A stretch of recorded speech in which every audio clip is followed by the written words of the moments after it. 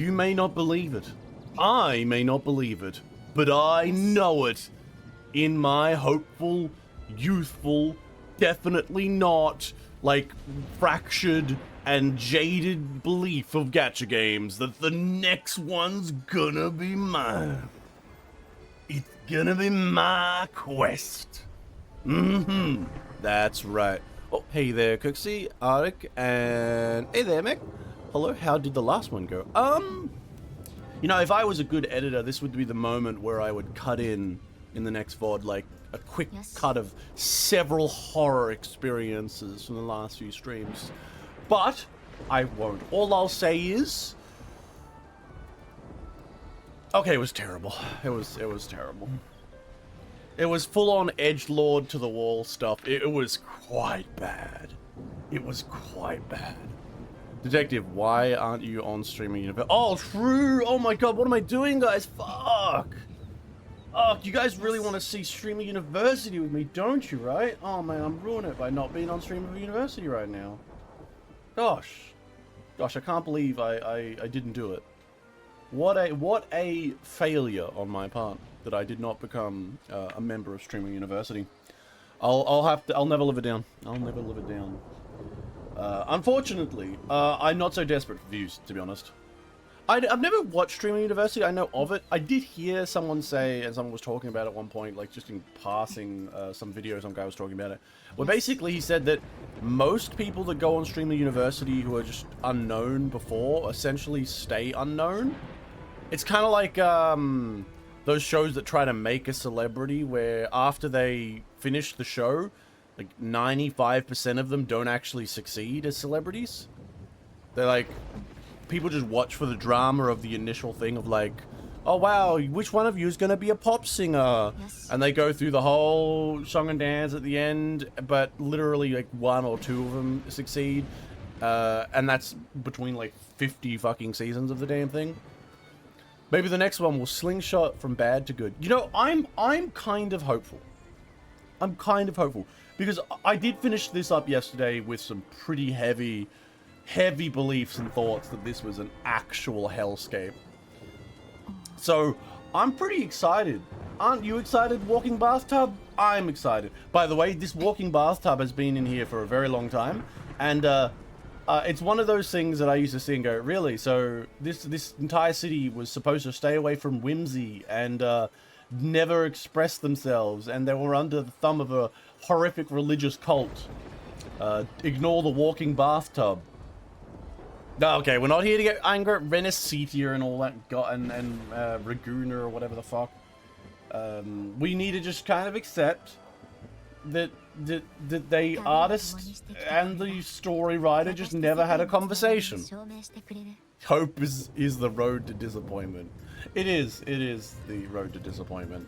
Honestly, if I was being more affirmative, I should probably just be like building up my dislike and expectation that everything will fall apart, because then I'll keep going and everything will be fine. But no, I can't help it. I'm just too much of a hopeful person. And you know what? While I continue to imagine that 3.0 and 3.1 and all that are going to not really achieve what they expect to achieve by making me enjoy the game, I can't help but hold to that and be interested to see what actually comes about. Because, you know, people have told me, oh, this is some stuff that most Wuthering Waves fans really love. Like this quest with Galbrina and all that. That quest and that is like some of the top tier stuff. And I can't help but then turn around and go, okay, so you're telling me this is all top tier.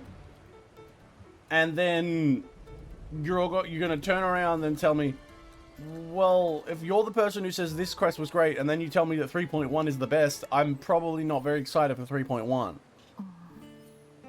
Is it like Starfield? It gets good after 75 hours. That's... No. I was actually thinking about this when it came to review, because there are parts of Wuthering Waves that I have praised in the past. As few as they are, and I do want to bring them up when it comes to a review of the game. Most of those things outside of the visuals or like the cute designs, like, you know, very attractive characters, the occasional interesting lore tidbit, even if misused or applied sloppily or And some of the character backstories and ideas and build up is okay, but they're like such small slices, really. I was wondering how I would react if 3.1 is good. Like, what happens if I get to 3.1 and I sit down and I find myself enthralled? What if I get to 3.1 and all this other stuff that's constantly in the back of my mind, you know, the rover being a wet potato, got no wet potato, the writing and the lore being so lackluster, I don't know, the art design and story interplay is terrible. Like, all these things. What if all these things just stopped mattering? Yes. How would I feel, and how would I voice that kind of opinion? It'd be interesting to from the perspective of me writing the damn script for the upcoming video. That's what Todd himself whispered me. The game gets good. Oh, it's true, of course. Starfield? I don't think Starfield ever got decent. Oh, hey there, Aizen. That's what people who wasted 80 hours tell themselves. How's your day going? My day's going, I've already started Wuthering Waves, so it started off terribly. Yeah. Well, no, actually, there's a few other terrible things that have happened. I won't go into too much detail, but next week, the streams will probably end a little early.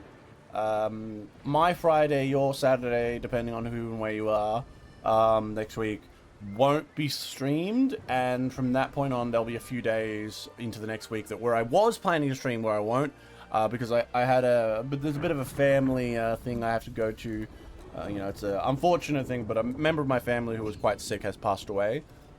It's something we've known for a long time, so we're all like prepared for it, and we're all kind of, it's one of those things where everyone's gone through the grieving process for that. But we're all putting into those plans and funerals and things, so I have to head over there and meet family, so I won't be able to stream or anything like that, as you'd imagine. So, you know, it's an enforced holiday away from Wuthering Waves. God, imagine that. Can I compare a funeral to Wuthering Waves and say which one's the better experience? But, so that'll be next week. But for now, we will be playing Wuthering Waves. Oh, I did see something that was kind of interesting. What was it? I posted on Twitter some random, because yesterday, after my exasperation of playing around with Gilbrina and that, and being really annoyed at the character, I posted just like my thoughts on her, that she was an edgelord and she's just absolute cringe, and I wondered how they unironically made her without anyone stopping them. Like, who allowed some random person's OC to appear in the story? But someone commented about it, like getting angry, and clearly hadn't watched my video or anything about it. They were like, "You're too late for this," and you fucking cringe lord. Just stop talking about other gachas instead, and maybe like focus on that. And I'm pretty sure they might have been trolling. But one of the things that came to my mind as I saw it was, it's interesting how easy we can predict those kind of things. Like yesterday we were talking about it, but the anger and animosity between gacha fans is so deep that even a mild criticism of one element of gacha immediately has defenders coming out, but those defenders immediately assume that in the same breath that you were like being mean to their gacha game, that you're glazing their enemies. It's that whole thing of like, oh wow, you don't like X, then oh my god, you're Y, type thing. It's the old, it is. The console wars are alive and well in gacha games. The rage bait works well in them, yeah, pretty much. It's both a set. Oh, there we go. I think we're back. Yeah, the Wuthering Waves death squads came for me. My god. What, too much rage bait. They were like, were you fucking rage baiting? Rage baiting my fans? Wuthering Waves fans came for me. Shot in the back of the head. I return. Yay! I don't know what that was. Blame it on Australia's fucking old-ass internet. Wouldn't surprise me.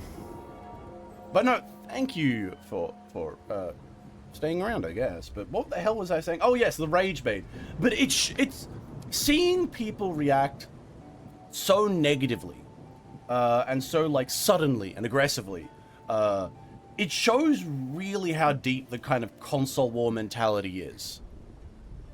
Now, obviously there's going to be trollers who just like love to do things. Like there's plenty of people that when they see like an argument, they love to just say something completely inflammatory for the fun of it. For example, like they'll see someone posting some cute anime girls from a gacha game, and they'll immediately go, okay, I can make so many people angry, and they'll just go into the comments and like, they're totally Yuri, this is all Yuri, and just get everyone arguing over Yuri. Or they'll, you know, you'll see something and just like, wow, these are problematic, you know, stuff like that. It's always easy to make them go crazy, but I think the gacha game one is more crazy because it really is like it's like a political rally, you know?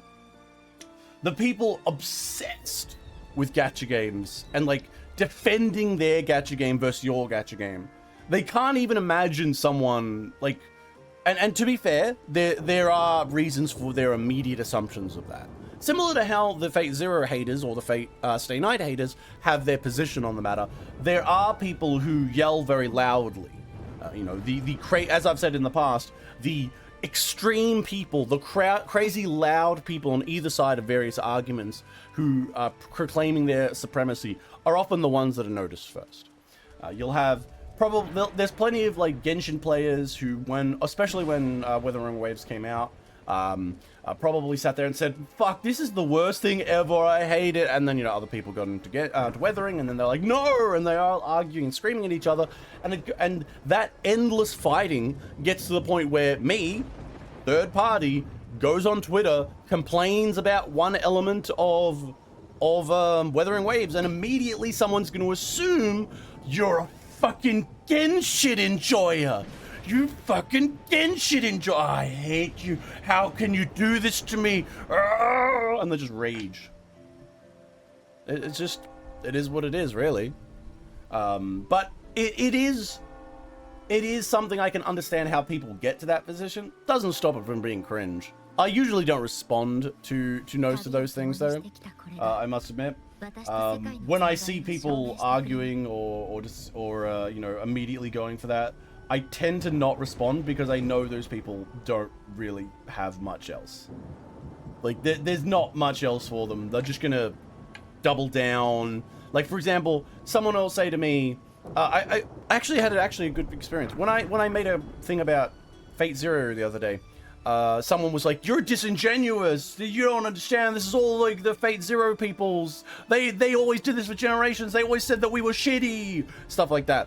And it's clearly someone who's, you know, been burned constantly by fan arguments, and they're immediately assuming that without watching any of the video that I posted. They immediately assumed my light meme about me being stabbed in a back alleyway because I said I mildly enjoyed Fate Zero. Was some sort of like big declaration that all Fate Stay fans are the worst people ever. But the truth is much more complicated, and I could have commented like, "Why is this disingenuous? I didn't say anything like this. Have you actually watched the video I was referencing? Did you see this? Did you see that?" But no, there's no point in that. There's no point actually attempting to have a discussion on Twitter is the point that I'm trying to make here. If you're trying to have a reasonable, in-depth discussion about the quality of a gacha game on Twitter, you're not going to have a fucking good time. Almost every gacha game creator, even, you know, that are big out there, have got into drama farming or become a person to farm for drama. The only ones that I ever see that never get into drama are the ones that like are very like, "Hello, I'm the tutorial maker. I will show you how to do Arknight levels, and then I will do nothing else." Like, you know, everyone else who talks about the games, even outside of the stories, even if they just focus on the characters, like, "Oh, this cool character from Genshin is great. Oh, she's so hot. Oh, this new character from Kuro Games, Wuthering Waves, she's so great. She's hot." Like, even those people inevitably end up in the crossfire of these major groups for each gacha game, where they're fighting with, you know, nail and teeth to like prove that their gacha game is somehow better. You're on Twitter, there's no good time. True. It is though. It is what it is. To be on Twitter and to see those things, and just, you know, to basically know that you can't really have a conversation on there as much as you might want to. And I've kind of seen a lot of big famous people over the years like fall into like traps with that, but I've also seen a lot of people like, you know, succeed from that, by which I mean they'll get like have someone mildly unerringly criticize them or not understand anything they post, so they immediately jump into a slap back fight, and then in the middle of the rage they say the stupidest thing possible. And it's like, no matter what their opponent might say, their opponent's a no-name Twitter channel that just says some random shit. They're like some mildly famous person. Immediately, of course, everyone's gonna dunk on them. So the answer is, if you know where that's fucking gonna go, don't say anything at all, unless it's just really funny. Like, it's really funny, maybe I'll say it, but for the most part I stay away from trying to comment on drama. I like to let my videos speak for themselves. For all of the people that might say, oh my god, you're a true hater of this, I'm like, just let the video speak for itself. Maybe if it got like turned into a thing. I've never had like, obviously, and I never will have, I imagine, a call out video or anything made by me.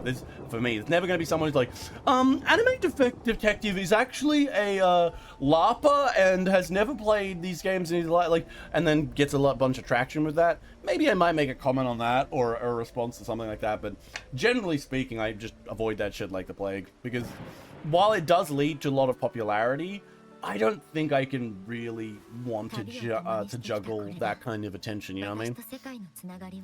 The only place left to have a civil discussion is in the comment section of hentai. That's probably, to some degree, very true. Yeah, you won't get a civil discussion about Wuthering Waves. It's why I'm being much more open about the fact that I'm making a Wuthering Waves video and that it will be negative. And it'll be a rage bait. I'm not going to lie. It's going to be a bit of rage bait. The thumbnail and the title will be rage bait. The video itself, as it appears in my mind right now, depending on how I'm designing it, is literally lulls you in with jokes and like memes as though I like the game, even though I'm going to like put in like little hints that I really don't. I'm not going to lie in any of the part. I'm not going to like say, oh, I really love Wuthering Waves. No, I'm not going to say that. I'm just going to say my own things, make jokes about the things I want to make jokes about, and then I'm going to hit them with like the big old proverbial stick where I just say, yeah, by the way, I fucking hate like 80% of the game. Like 80% of the game, I hate it. and I'm going to go into depth about it, and probably end on the only conciliatory notion that I'm the minority, and that probably, you know, means the default normal approach is Wuthering Waves is actually really good. And I'm just a weirdo. Which is the truth of the matter, to be honest. A lot of people love Wuthering Waves. A lot of you watching right now love Wuthering Waves. People who come to this channel at the moment, why are they coming? Because they were looking up Wuthering Waves content. And who are those people going to be biased towards? They're going to be biased towards people who enjoy Wuthering Waves. So a lot of people who show up to my channel and hear me start complaining probably just immediately click off or immediately get upset. And I have to admit, you're the winner. I'm the minority here. Me. Exactly. Some people, of course, like Venox, you show up and you're like, okay, I understand how you've reached this point. I've had people, a lot of the people who show up who do like Wuthering Waves in my chat, a few other people have showed up in the past who kind of agree with me, or go, wow, I didn't realize these things, but I still like Wuthering Waves. Usually followed up with, well, yeah, I love Wuthering Waves. By the way, I press the skip button a lot.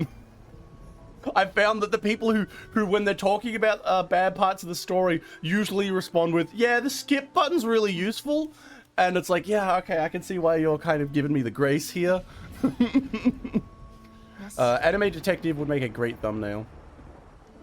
Anime Defective. Oh. Well, I mean, it's not really defective though, unfortunately. Like, it's not an anime, it's a game. But Anime Defective does kind of go hard. That said, it'd be a great name for the channel, but unfortunately I'm stuck with Anime Detective because I chose it and I'm a creature of habit. It took me forever just to try and make clickbait thumbnails that didn't use the word, use specific words. Oh, for the call-out video. Oh, yeah. For a call-out video, yeah, actually, that's good. That's a good one. Yeah, call out video against me called Anime Defective. That's a good one. That's a good one. Don't worry, I won't expect you lot to be in the comments, like, for some reason being like, no, leave Anime Detective alone. Nah, don't worry about it. If that ever actually happens, I would be really interested to see actually what someone yells about. I could see someone yelling about my takes. Generally speaking, I know that, for example, I do put in a lot of takes where I just make fun of people for fun. For example, there was parts in the Cyberpunk video where I specifically call out people, or I meme on people who enjoy Fairy Tail a little bit, you know, poke fun at them. The Fate Zero video would probably be the closest thing you'd get to like a, I hate your take, but I think for the most part, watching my video, a lot of the more reasonable people who like both Fate, Stay, and Zero probably see that I'm just kind of poking fun for the fun of it, which is what I do in a lot of my videos. I doubt anyone would I doubt any serious creator with any sort of, you know, pull would ever look at my content and say, our detective has done something terrible. Even if I was popular enough to warrant a drama farm video, I just don't think I really have anything worth talking about going on in my channel for those kinds of stuff. Even with this upcoming Wuthering Waves idea that I have, I doubt what I create will be that bad. I think what'll happen is you'll have a handful of people in the comments that get upset, similar to the Fate Zero video. But generally speaking, people will probably just kind of laugh it off and stuff. That's my expectation. If there's an actual evil backlash where it's like, what the fuck, I've got inverted like to dislike ratio, then I'd be shocked. I'd be shocked. Not that I'm that worried. I mean, I know people can go over the top and like go, I'm gonna track you down and shoot you, but that's just the internet, man. Just gonna go with it. You need some minors in the Discord to chat inappropriately. Yeah, true. It's unfortunate that I should. Why did I put that rule in the Discord that said no minors? No, I've ruined it. Yes. I kind of give leeway to minors a little bit when it comes to liking, you know, and being angry about things like Wuthering Waves. Like, someone getting upset with me liking Wuthering Waves and it turns out they're actually 14, as much as I will make fun of 14-year-olds liking bad games, it's kind of understandable. Young kids see a game like this, it's free, they don't have to spend money on it, they can it's easy barrier of entry, it's probably their first fucking JRPG, it's so accessible, even on their dog shit potato phones they can play it, and they're having fun with it. They're like, I love all the characters, and it's so pretty, and all these game mechanics, having not experienced anything that's remotely better. And like, it's not like I should expect them to go back to play like random fucking JRPGs from the, you know, I don't know, ages ago that Japan released, that all of these various gacha games ape from and have genetic heritage with. You can't really expect them all to have played these things. That said, they'll probably be very annoying, so maybe you'd be tempted to just make fun of them anyway. But for the most part, I do give them a fair bit of leeway when it comes to getting upset at these things. You can usually tell that they're young, because young people, when they're commenting on something, have a kind of certain, kind of like simplicity of their rage.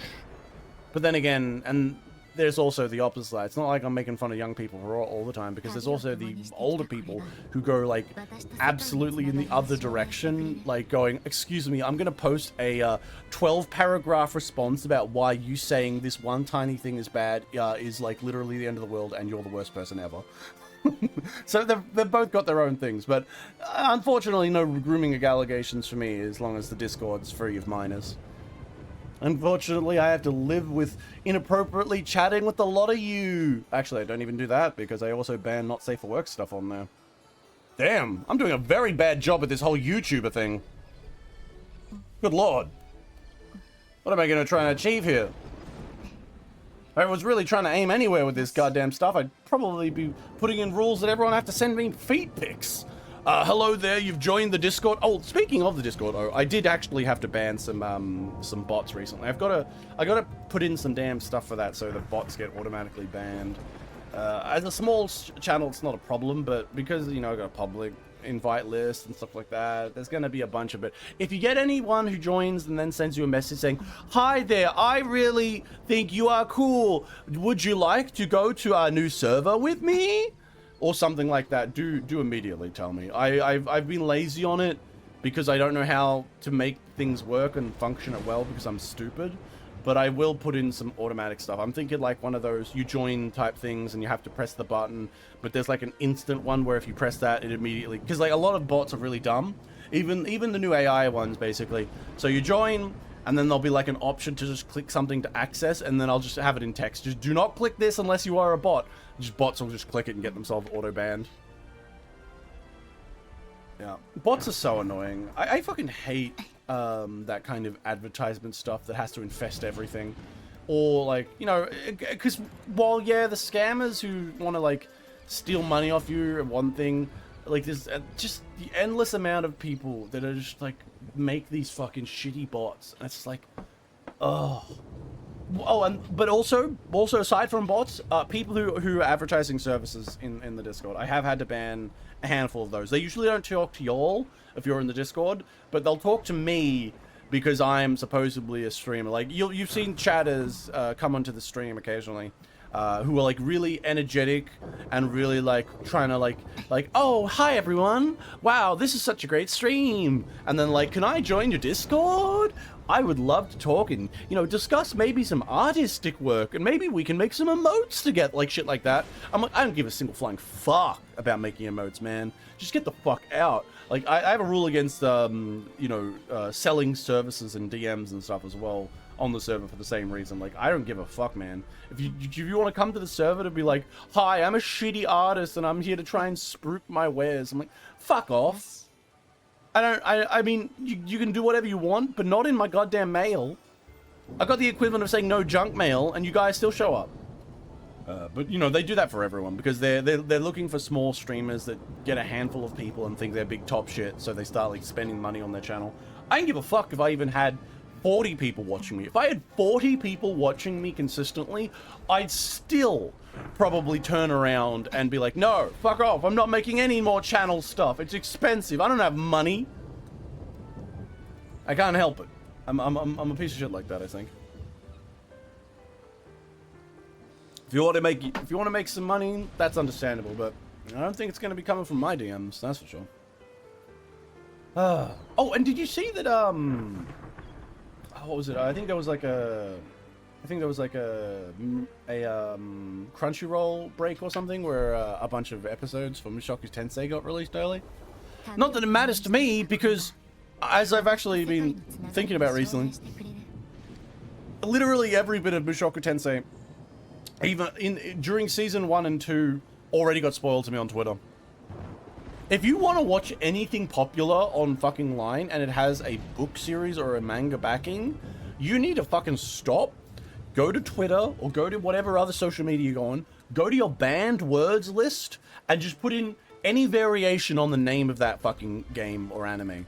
Because there will be so fucking many posts that'll just be like, oh my god, I can't believe the ending final chapter last second of Mushoku Tensei where Christmas starts and Santa Claus appears and like he starts just viciously sucking off Rudius, and it's like, oh my god, I was just like crying butterfly tears, so beautiful. Like that's the kind of shit you're gonna see with like a light novel illustration posted directly into your eyes, because that's just people just throw around spoilers like that all the time. Now, from their perspective, they're like, everyone's talking about it. Of course, you should just look away. It's not my fault. I'm like, I can't help it, dude. I can't do that shit. That's why even when it comes to like pretty standard or well-known spoilers for certain things, even then I'm like, maybe I shouldn't mention this. Maybe I shouldn't say this. Even though pretty much everyone knows, because fuck. And so basically, yeah, if it's a popular thing, just, yeah, definitely make sure you're not gonna get yourself spoiled by putting in like negative things for that. I haven't taken my own advice a lot, even when I was thinking, oh, maybe I should watch Mushoku Tensei. But over time, before I really solidified my desire to watch Mushoku Tensei, by that point, I'd already seen literally the ending of the novel. Have I picked up the novel in my life? Nope. Have I watched the anime? No. Maybe the manga? No. I was just vicariously spoiled for 90% of the major character endings. Like, it's impossible to stop if you're on Twitter for a very popular and controversial series. And same goes for RE0, things like that.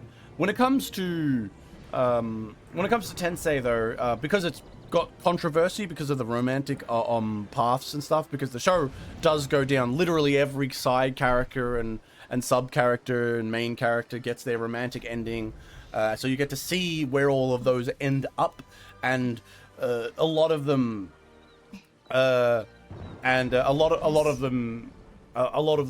down paths that people are like, this is problematic. And because it's so popular, of course, everyone's fucking arguing about it. People like, I think there's a big crowd of people that say, I can't forgive Rudius because in his previous life he was creepy. Oh, and stuff like that.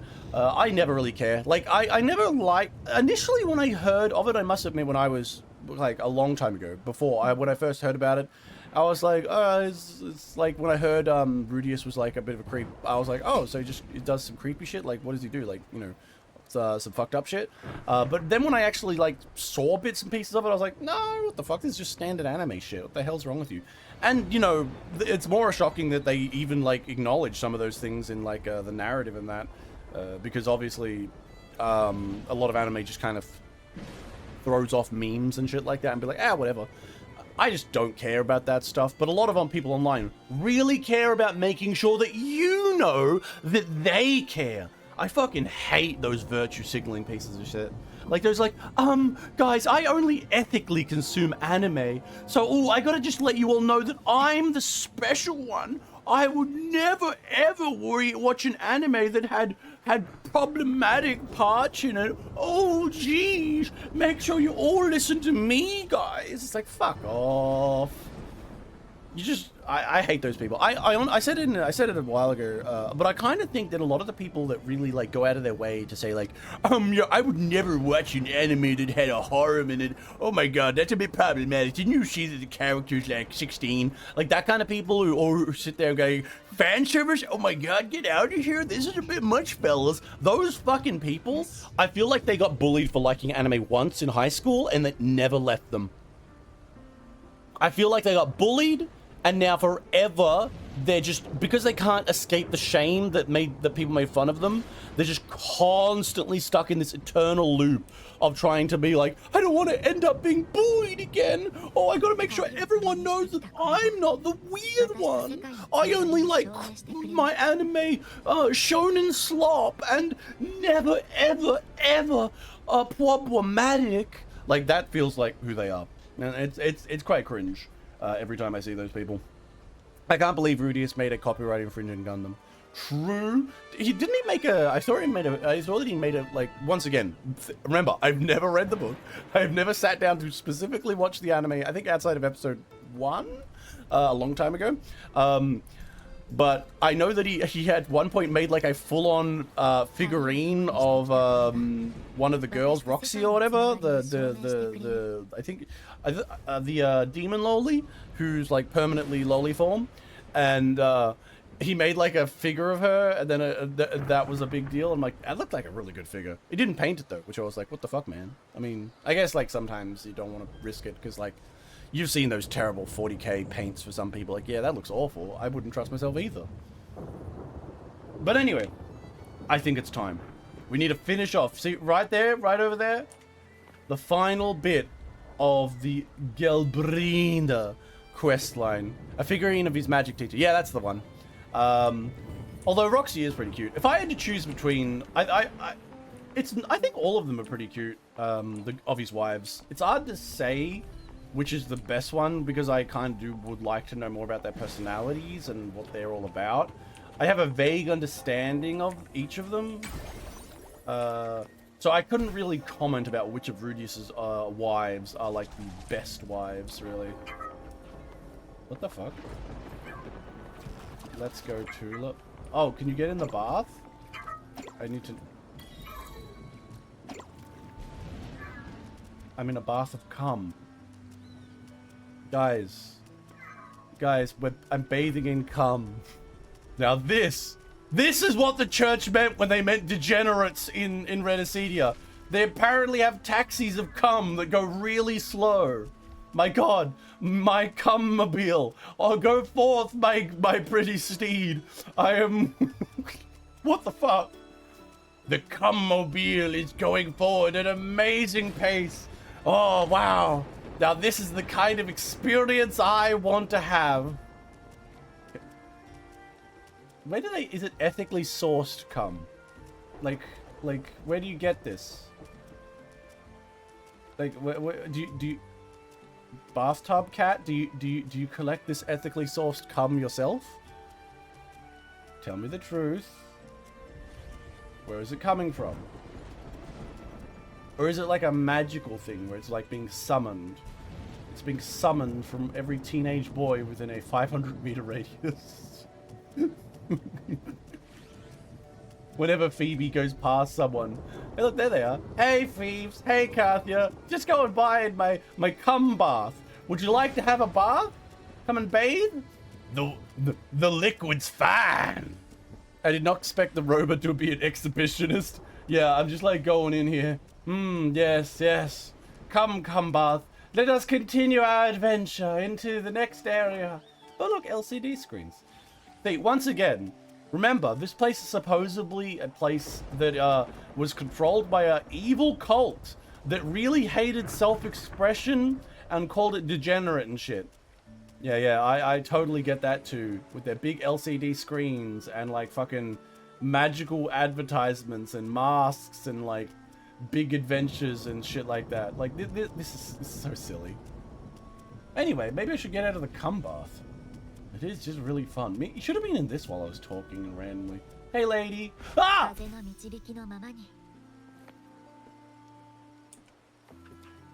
What the fuck? What the hell? She just murdered my cum bath. What the hell was that for? Yeah. Get out of here with your 90s era shorts. Look, she just did her job done, she disappears. God. How dare she? Ruined my fucking cum bath. I was having a fine time.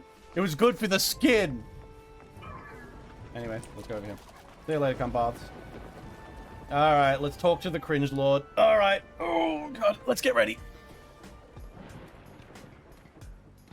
Is she gonna talk about how the monster is sealed within her left hand?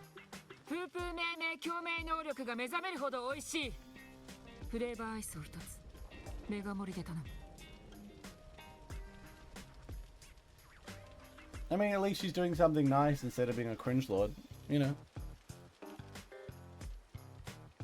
Hey there, cringe lady. What's up?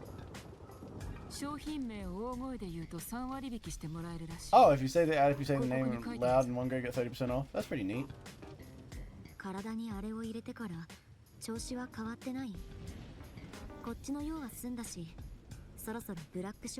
Wait, I need to go back to Black Shore with you? God, do I have to hang out with you more?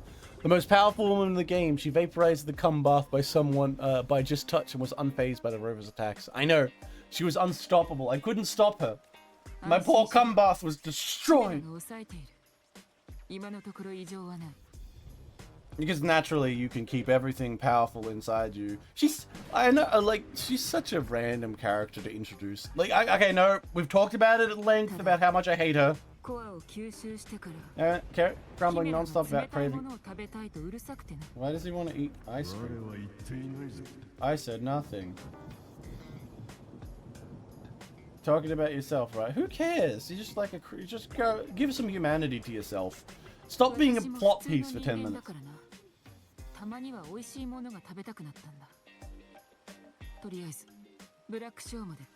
Alright, let's go to Black Shore, I guess. Wait, what's going on? What am I doing? Wait, eat what? Isn't this like thing gonna be upset by the fact that it was like revealed that it used? I mean, like, wasn't really much of a reveal, but they didn't do in the last thing. By the way, little mutant monster, you're like the remnant of like a big monster thing that should be evil, and they're like, oh, but you're good. You know, I would actually prefer they give its memories back and it actually becomes good, evil. I always stand by this. I think that Ab should have not been a mascot character, but a scary, sexy woman who lives in your hand. No one cares. Yeah, I guess that's true. No one gives. Wow, did you see that? Her, like, I think even her voice actor is told to do like a. I mean, I don't want to shit on the voice actor, but did you see like that was a loud voice for the rover. The rover's loud voice was like mildly increased. I guess they gave her, the rover's clearly been given direction to like have like, we need you to be like cold and like indifferent in your voice or something, but despite the fact that the words aren't that, maybe it's just like, no, maybe not cold and indifferent, maybe like monotone?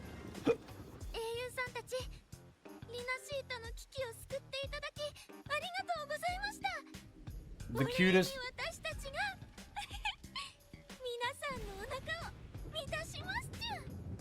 Wow, I mean, she's cute. Is she better than everyone else in this? You know what? 10 out of 10. Wait, well, fucking... That's a bit much. That's a bit much ice cream. That's literally my weight in ice cream. I think I will fucking die if I eat that. Even if there's two of us, I don't think we're gonna fucking handle anything.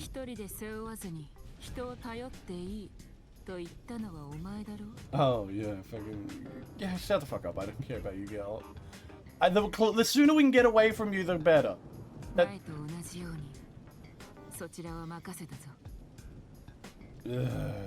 fucking hate her so much. God. I would gladly help her get stuffed. That said, yes, she is very hot. Alright, let's go. Alright, let's go to Black Shore, people. Who the fuck, that man? Who's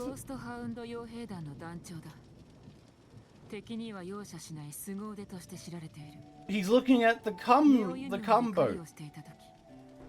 The leader of the Ghost Hounds, strong and ruthless, not summoned across lightly, teamed up with him once while hunting in the New Federation. Okay, so he's like a cool guy just standing nearby looking and admiring the cum bath. That's fair. What is this, a feeder kink? Probably. Someone with a feeder kink could probably exist at Wuthering Waves HQ. He tried to recruit me once, but I'm used to working alone. I turned him down. They've acquired the Few network, got that temp terminal through the channel. He seems intimidating, but it's alright. He did join the fight to protect... Wait, did he? I don't remember him. I don't remember him joining the fight. Was he in the fight? Yeah, whatever. I guess he's just gonna be the new main quest guy we're gonna meet. They're just from, well, you know, you know what, I'll say this. I'm always talking about how they want them to give more story to, like, you know, time.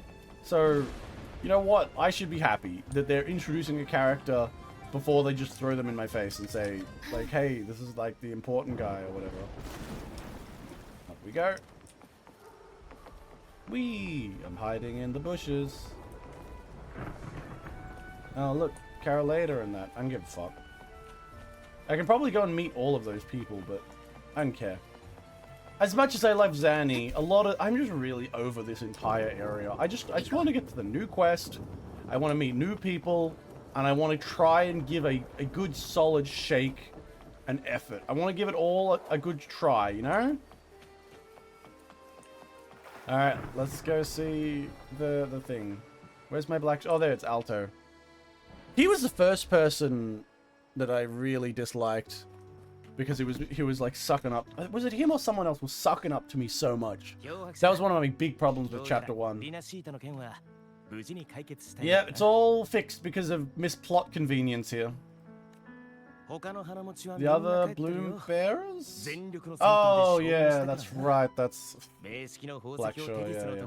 They burn through every drop of strength there once we hand it off. Theoden's gem to test. I might even allow myself... Oh, yeah. Thank you all. They're so mean to these poor creatures that just want to destroy humanity. Honestly, at this point in time, I'm kind of on their side a little bit. Not a lot, just a little bit. Like, it'd be kind of fun. I kind of wish that a gacha game would destroy an entire, like, group of people. Like an entire area. See all these characters lined up? Imagine if they all died.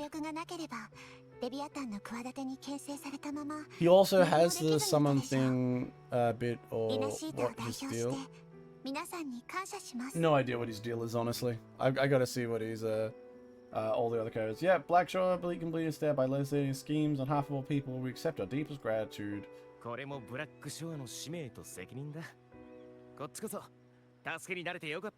This is like the second man we've seen in this entire... Actually, no, I think we've seen 2 other men in this entire story arc. Everyone else is just like... Wait, Carthia, don't talk to a man. You might upset people in the whale team. That might imply that she won't have sex with me. Oh.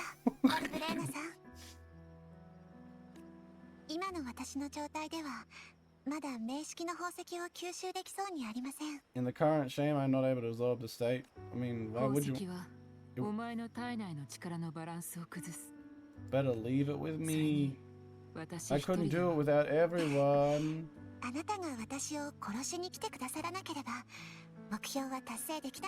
Honestly, the whole kill thing was so cringe.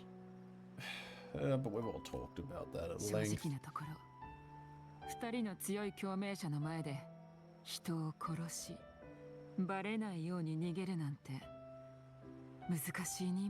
I totally believe that they came up with that later. The justification for it, like, oh yeah, we did like this because of silly reasons. Luckily, there's only one shot hand. Honestly, to be honest, the gunshot really didn't sell it. They should have, if they really wanted to sell it, they should have blown out her back with like fucking splatter of gore on the ground. She just got hit by a fucking shotgun. Nah, real professional, I don't care. Let's go leave this damn place. We're gonna have to talk to all of it. No, I'm not going to praise you at all. Sorry, Carthia. As much as I'd like to praise you for anything, in general, I think your character was a waste. Like, in general. Like, not in a specific way, but I really do feel that, Carthia, you could have been so much better. You had a lot of cool items and elements directed to you from the fact that you lived on that isolated floating city for so long, and everything else about you, and the whole way that you magically come back despite everything. It's just like, come on, man. Come on. I still not got over that. I've kind of just accepted that my line is like just got lower and lower for like what I think is acceptable for Wuthering Waves. Because I remember how, as bad as this recent quest was, I remember playing through Carthia's quest and being utterly devastated by how bad it was. The auto mod hates you again. Oh no. Well, I don't even have any mods, so... Well, I do, but not ones that are super aggressive, so... it's all I got. I got my auto mod. The Sentinel once said they didn't want people to mourn their passing with sorrow. They truly wish for songs and laughter. Wow. Alright, let's go through. I didn't involve myself at all with the singing girl, really, outside of one scene where I talked to her. Other than that, I never engaged with her. Colgate, she was involved in the main story a fair bit, but it wasn't the worst character. She was just there. Colgate, she had funny hair. Zanny is my favorite because she's a professional and just, you know, kept to herself, focused on her job, very professional. Good work with Zanny. I like Zanny a lot. Brant is the token male. He is a he is a gentrified pirate. He's like, a real pirate would never steal from someone. Remember, kids, stay in school. He kind of makes me think of that. But other than that, yeah, I'm already talking about Kaguya. Phoebe's the cutest in a lot of ways. Like, look at that face. Look at that cute face. You know, there was a time where I thought Phoebe was going to be the main character. I thought that this was going to be... Kaguya would be like the old Resonator with the not Leviathan, with the Sentinel. And then, like, her power or position would get passed on to Phoebe as the new Resonator, who truly believes in the god and stuff. And she's like a cute... Look at her cute face. Oh, she's so fucking adorable. I'm ruining the L'Oreal again. I'm gonna win. Token male job being token and male. Yep. That's his job. If I skip it, I'll drag you there myself. Well, guess what, fucking Kaguya? I'm not gonna go back. You're gonna have to fucking drag me there. You know what'd be fun if they actually have a scene of her being upset that you don't show up and see her again. That would be great.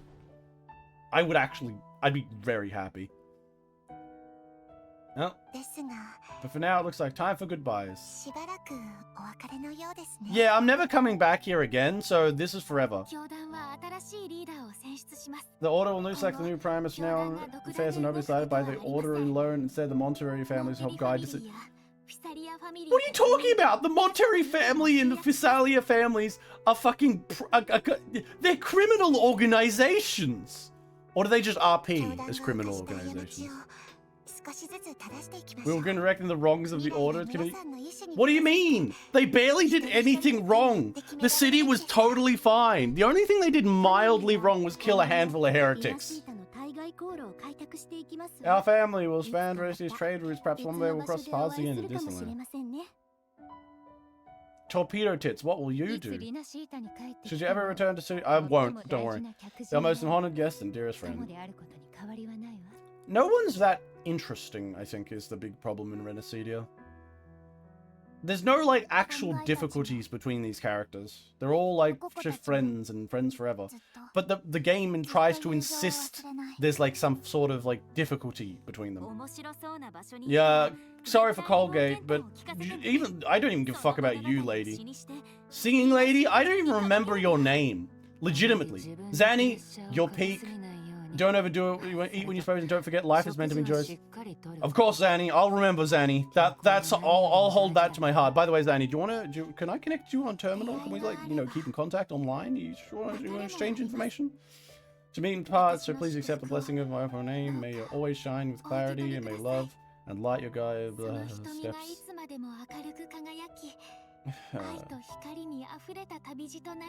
It's too saccharine sweet for my suffering enjoying brain.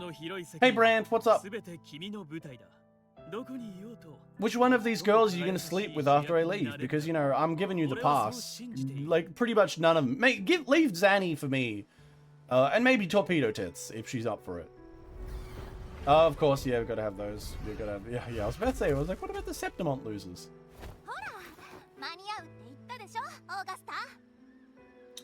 My god, it's Luno.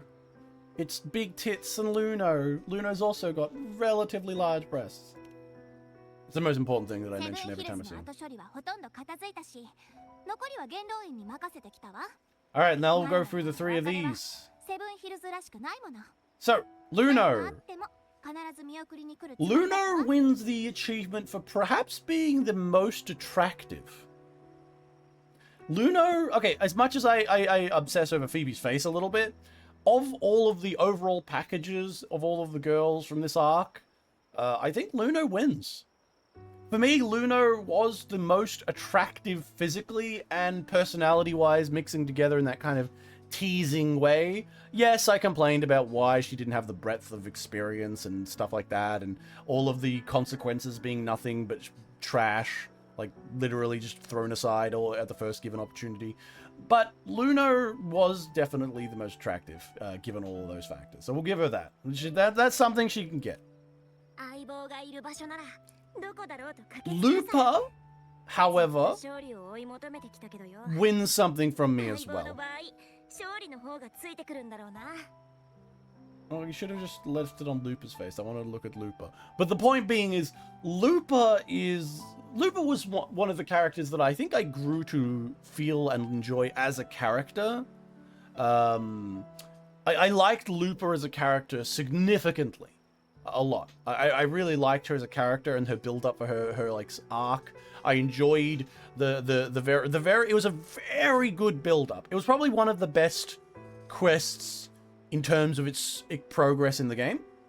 Her quest. Although I know I complained about the ending, a lot of those things you couldn't really avoid because, I mean, they just had to use their shitty fucking main character monster and stuff like that. But generally speaking, Lupa was my favorite character of all of them, even if Luna was the hottest. Lupa was probably my favorite, along with Zanny, but Zanny wasn't a main character. She strikes me as like a side character, pardon me. Lupa had a whole quest dedicated to her.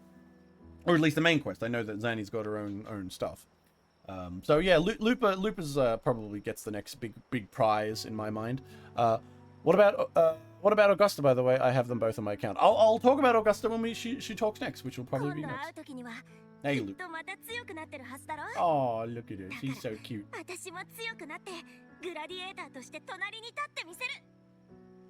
I know, like, there's a lot of, like, elements about a lot of these characters in this whole entire island chain arc that I got very annoyed with. But no, I stand by that. Lupa had Lupa had all of the characters had potential, and a lot of them did fall apart in various positions. But Lupa really was a great character and a great build-up, and I really actually enjoyed the relationship between Lupa and the Rover, even though the Rover is just, you know, a wet, soggy blanket of a personality. Lupa's bubbly and fun, and her kind of story about, like, dealing with the corruption of the island and the nobles and the fighting rings and like, you know, all that element was really fun. I really did enjoy that part of her narrative, and I honestly wish she was more focused in the story, rather than a one-off, this was her quest and that's done. I honestly wish she was way more focused on, because, you know, the obvious larger overarching characters here was Carthia, and I got off her bandwagon pretty fast. Although the alternate form of Carthia, where she has massive tits and talks like a big MILF, acceptable. Design-wise, I also loved it as well. Now we've got Augusta. Your strength comes from deep in your heart, unshakable and selfless. Shines above sentiment and reminds everyone being a true hero truly means. Now, Augusta. Augusta, I quite liked as well. I think that there are elements that I would have done differently with how her personality was. I said it during her quest with Augusta. I said specifically how I would have preferred Augusta to be a much more, like, her troubles to be much more interesting. Like, I think I wanted her to have, like, maybe an idea about, like, perhaps gaining immortality to be, like, the perfect ruler, fearing that once she died or once she moved on, that it will all fall to hell once again. And the idea of perhaps, like, a benevolent and powerful overruler was the ideal system, and that was what the Dark Tide preyed on, or something like that, which would be interesting. But ultimately, they didn't even touch on that element. But generally speaking, both as a personality and a character, I quite enjoyed her. She wasn't anything crazy to write home about, but definitely compared to all the other characters, she definitely was up there. Augusta should have been more scarred up and muscular for what she's supposed to be. You know, there's something to be said about that. I think design-wise, she does win out over some of the others, but she doesn't lose either too badly. I think, like, for example, Lupa and Luna, I think, are more attractive in design, but she's still got a fun design. I think it was more her personality that really drives me to place her among the top of this kind of 2.0 arc area as a character that I quite enjoyed. I would definitely say Septimon, in general, Septimon's characters really appealed to me more than all of the Raguna's ones, which I know I fucking inadvertently use Raguna and Racina, Setia, and all those names like interchangeably, even though they really aren't supposed to do that. But I must admit, Septimon's as an island, Septimon's really appealed to me more, like from a story and lore perspective, and also how they describe the lore and the characters there. Like, I was introduced via Lupa's quest, which was much better of a quest, and it really built up the island in a lot of ways. Like, I think I know Venix and others have said, oh, because you didn't play some of the side quests and do companion quests, you didn't get a lot of the build up for certain other elements about the families or the lore elements, which ultimately led to them feeling rushed and in your face for some things. And I'll accept that, but I will counter with the entirety of Septimonth really was built up very quickly and very efficiently. All of Septimonth with their noble system, the way their society functions, even referencing things later on with Luna and Augusta, all of those things built up really fucking well throughout the Looper quest, and I felt like I knew, and I felt like I was immersed in Looper's, like the entirety of Septimonth, much more than I was ultimately with Raguna back here, where it was just like, you know, you get slapped into it. By the way, this whole place is filled with evil cultists and stuff like that. And, you know, I've already discussed at length how the artistic style just kind of meshed inappropriately together and all those types of things. Avidius got to be the only one with character development and got a big character development. Yeah, and he was in the Septimonth part of the quests. Her quest, like, stopped, you know, Augusta's quest was also okay. I know that it led directly into the Luno disappearing part of the quest, which I think was a little bad, but Augusta's part of that quest was also okay. I would actually, yeah, as much as I disliked the ending for Lupus quest, I'd say Augusta's quest was alright as well. It wasn't as, you know, I wasn't as deeply into Augusta as a character as I was Lupa, and there wasn't perfect ideal pacing, but they did bring up a lot of those other things already built in the back via other quests. So Augusta's ultimate quest was probably one of the better of the two good. Yeah, I'd say like Lupa's quest and Augusta's quest, now that I think about it, are probably the two best quests in the entire patch.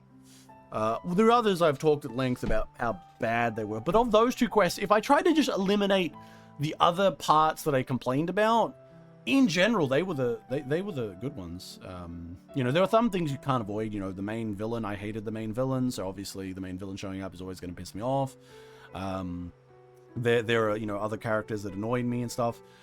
The worst quest would be more interesting discussion. I think the worst quest in 2.0... I would say the worst quest in 2.0... Carthia's quest, but Carthia's initial quest to, like, bring her down and be like, you know, save her from being the puppet and whatnot. I didn't like... I think it set the stage... I think what Carthia's quest did, which made it feel worse than some of the other quests that might have been worse in terms of, like, you know, the objective points that I don't like about things, you know, arse pulls, unforeshadowed things, characters doing illogical action, missed ability to really make an interesting development or an interesting character out of something. I think Carthia's quest, because it was the moment I realized that 2.0 wasn't going to be a good story.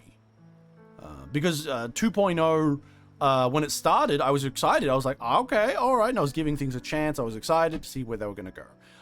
Because after Black Shore, I was prepared for the worst. But people started talking like normal people, and they didn't immediately just try and suck my cock. And, you know, they actually managed to create a proper approach to the narrative, at least in the veneer of it at first. And I think that through the quest to get to Carthia's part, I was losing faith, but Carthia's ultimate big climactic fate being like very uninteresting. And if you go back to watch those streams, there's one of the videos where I really had a big fucking crash out, like right at the end. I crashed out really hard to the point where I got sad in that quest. And I think that was one that'll always be for the whole Renacetia arc, to be the beginning of the true end, and will always be, to me, perhaps the worst story. But aside from that, like the other stories, they kind of come and go with more midness. You know, the Physalia family, elements of things like that. The Physalias not being that interesting. The Montaris being rather uninteresting. The church and stuff. All of that was like, they could range between mid and downright destructive. I think that the final quest here, I think by nature had to be the worst, in my opinion. The entirety of of this final quest with Galbrina and that, because it basically had to focus on all of the elements I didn't like, really screwed it over. I think there were extra parts where they went further, but because they had to focus on the villains I hated, on just like the shortcuts to make everything that they'd set up work, the illogical nature of stuff, the, you know, that you become the anchor type shit, the use of the Fractus in such a uninteresting and uninspired way, and I think the biggest cherry and the biggest shit stain of the entire part was really Galbrina, who just was really such... I know you said it, Venix, she was like a convenient plot piece, and I'd have to agree with that. She just felt like an out-of-nowhere plot piece. She felt, if she, as a role, as a character, what she should have been is, she should have been someone way more important in the story. Carthia was important, but I even think that Carthia was less important than Galbrina. Well, it's clear to me that it was probably kept...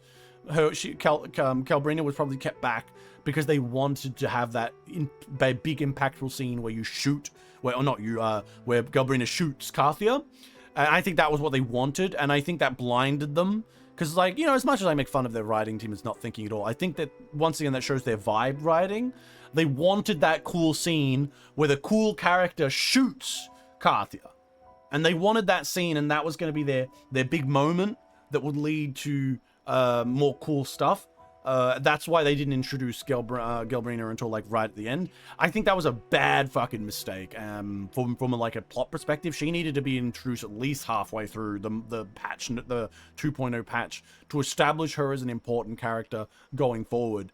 But they just didn't. So this is what we got instead. And ultimately, like, of course, as I've talked about at length, her OC very special, do not steal personality and all that, is not very, it's not appealing to me. And she became, as I said, perhaps the first Wuthering Waves character that I legitimately dislike, as opposed to just being annoyed that they didn't use right. You know, I don't hate Luna, I just am annoyed that they didn't use her character in a fun or interesting way. I don't hate Caroletta, I don't hate Carthia, I don't hate fucking Torpedo Tits. All of those people, I don't hate them, I just think that they were used improperly, and that they're a waste of design and interesting concepts that were just not taken to their logical ends or given room to be anyone other than just a waifu that is always happy to see you. Which, yeah, it's a gacha game, but you can have more than just that. You can still have them be happy to see you and be romantically interested in you, but we can do better, and I am disappointed that they just didn't do that in 2.0. I think not knowing what we already knew before going into Plover's Quest made your experience less enjoyable. I think not knowing what we already knew. What? Sorry, my brain is a little bit off there, Venix. I'm not sure what you mean by that. I think not knowing what we already knew before going into Pavlova's Quest made your experience less enjoyable. I kind of had theories about Pavlova. I think that was, you know, I could kind of guess them. Obviously, there was a bit with Pavlova. Pavlova is actually established in the first chapter and stuff. She's one of the long-running villain characters, so she's going to get some build up, and it's why the Fractus tends to be, while I'm annoyed with some elements of the Fractus, generally speaking, the Fractus get a lot more development because they get a lot of foreshadowing. I did want to speak about something before we continued on with the Fractus in a bit, but I do think that Pavlova's quest, it was, I'd say, of all of the quests, Pavlova's quest was probably the most simultaneously predictable, but also disappointing. In that, I think that she was the one who could easily have had the best narrative. Like, I complain at length about Luno not memory stuff and literally just throwing away any of the issues because she's like great and doesn't care. But I think Pavlova's quest really, if a few things were changed, a few elements altered, Pavlova's quest could have been the peak of this entire patch. And for some people, I can assume it would be. For people who've already bought into a lot of the elements of Wuthering Waves by this point, would have absolutely loved it. But for me, Pavlova's Quest really did feel like poor choices with a great idea at the core, but poor choices around the build up to it. Yeah, similar to a lot of things with similar, but to a more extreme degree to a more extreme degree than with Augusta, where it's like, oh, you could have done this and made this more interesting and more fun, and instead they didn't. They just went for the easy route, and the result is that Augusta's quest is just like, yeah, it had a few like friendship power ups that didn't make sense. Yeah, it had like a few moments where like, oh, she was tempted, but it wasn't really that interesting. But we could have improved. But whereas Pavlova's Quest, a lot of things I think could have been even mildly changed in just an experience of playing from moment to moment in the quest, and to the larger elements like about her inspirations and also that. And you could have made it better. But of course, it was tied in with other bad elements of the story. For example, the Rover's backstory, which, as I've talked about, the Rover's backstory is very poorly defined in an uninteresting way. But, you know, I've talked at length about all those things.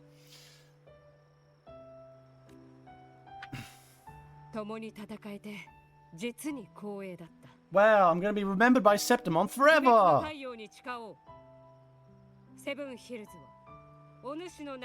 In the Japanese, they just call it 7 hills. Does that mean there's exactly 7 hills there?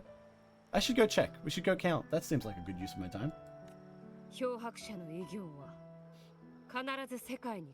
The world will never... You know, see, this would be a great... All of my ideas about 2.0. You remember how I always came up with a different idea going through 2.0? And I know a lot of you have stuck with me throughout the entirety of this. I know, like, it's like, Jesus Christ, you're wasting a lot of time watching someone hate a fucking game that you love. But a lot of people who watched it, you'll remember that I came up with so many alternate ideas for how these stories could have been written. And even now, I can't help it. Like, this world will never forget what you've done for us, Detective. Or Rover, I suppose. And in this moment, I'm remembering how the Rover, if I had had my idea of the Rover being revealed, that the Rover used to have a series of friends who she worked with in these islands and tried to fight something and then failed in the past. And like, that was, or maybe like she succeeded in the past or whatever, and that was eventually forgotten. Wouldn't this like have an interesting bite of irony? It's like, the world will never forget what you've done for us, Detective. Or Rover. But it did. And in truth, it still did. In general, even if we go back into the lore of the current form of the game, rather than my own headcanon of what I would have preferred it to be. But yeah, it's things like that that always come up with when I'm playing Wuthering Waves.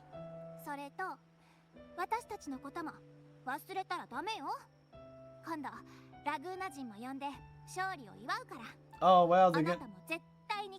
No, I'm sorry, Luno. As cute as you are, I'm sorry, but I can't come. I think I just get too upset. It's like going back to somewhere like a war zone as like as a veteran soldier. You're just gonna get too much PTSD. I'm not gonna go back there. I'm sorry, Luno. If you want to come see me, and I don't know, like that's fine with me. But I am not returning to Septimonth unless the damn main quest forces me to. I won't be coming back here for side quests. I won't be coming back here for pretty much anything. Maybe at the end of our time with Wuthering Waves, maybe I force myself to play the companion quests. But I don't think I can bring myself to do it. Maybe I'll do the after quest because that was really cute with Lupa, but I don't think I'm going to be able to bring myself to do anything else. Sorry, Luno. Oh my god, the whale. Oh yeah, the whale that was in the story.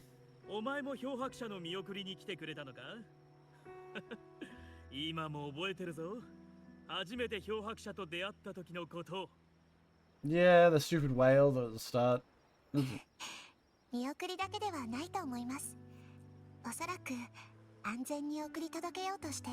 It's fine. I don't need a whale as a goddamn color guard. We'll meet again. I'll never forget the memories because, to be honest, they're very painful. Painful that I had to sit through all this and complain at length. Look at them all. Waifus, husbando tokens, cute girls, wasted potential. Some achieved in small ways, some failed in others. But ultimately, generally speaking, a poor showing. 2.0, ladies and gentlemen. Yeah, wasn't that good. Bye-bye, 2.0. I hope I never have to see any of you again outside of Dojins. And the odd, very spicy Twitter artist. And even then, I don't really see too much Wuthering Waves art on Twitter. I guess the algorithm probably knows that I hate it. They're just like, let's not show Detective Wuthering Waves art. Oh, I'm at Blackshore with all their stupid little robots. What's up, nerd? Theoden Gem is successfully contained. Test is already running at full power and analysis as we speak.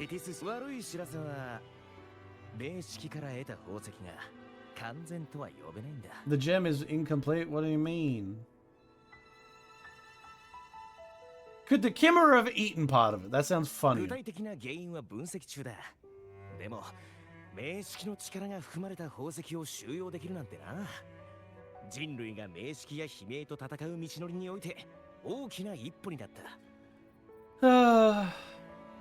It sucks that the next quest is going to have the Theoden come back again. I honestly hope it doesn't, but I just like some human villains. I hope that's something we get. If the Theoden is truly bound to civilizations, who to say? No, it will. I'm pretty sure it will. It's just they've all got to be ready for it. It'll probably be 100 years or so, but there'll be another thing that'll come back in whatever form.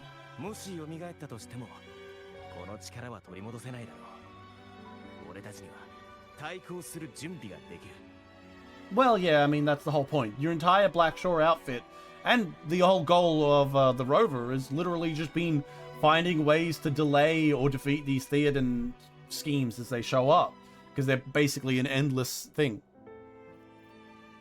Well, the Theoden monster will, in like a lore sense, like in the long-term sense, still show up again. But, you know, in a narrative, in this game sense, probably not. Unless there's like, they do a final thing. I wouldn't put it past Wuthering Waves for the final actual end quest of the entire game to just be, look, all of your friends got together and all of the enemies that you fought got together and there's a big fight like it's Avengers.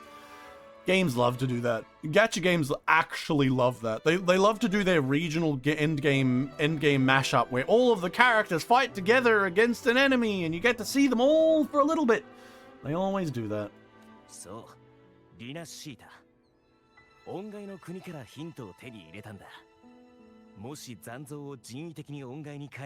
yeah, maybe the Theoden might be something we could transform or utilize. I don't know if you should do that, honestly. Maybe with Theoden something we could transform, heck, maybe utilize. Honestly, that just seems like the start of like a mad scientist idea. We'll have to wait until analysts complete.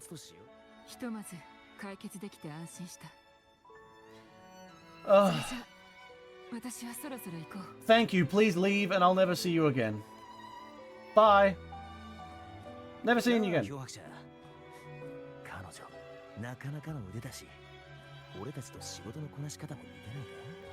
You want to hire her? Nah, I don't want to see her anymore. Can I say no?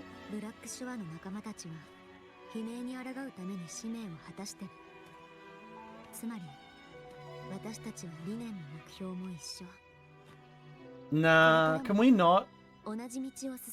No, she'll say no. You're not fighting alone. Nah, just think of it a keepsake. I don't actually want you to be here. Please. Just think of it a keepsake. I don't actually want you to be, because then I'd have to see you again. Oh my god, I finally have somewhere to be. I don't care. Yeah. Oh my god, she put it on herself. Wow.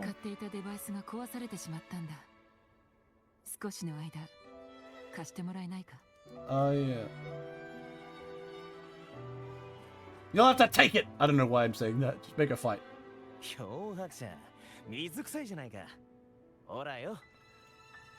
the Rover randomly like teasing her like that is probably the first time the Rover has shown any sort of character ever. Like literally ever.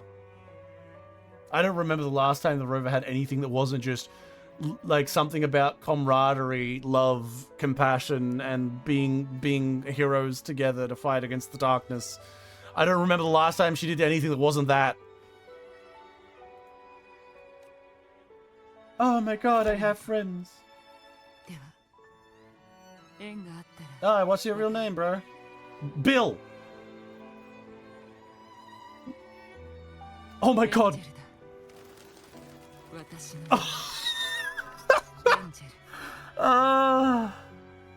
Of course.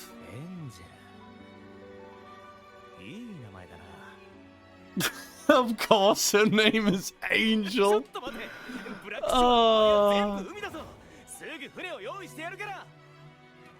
Of course.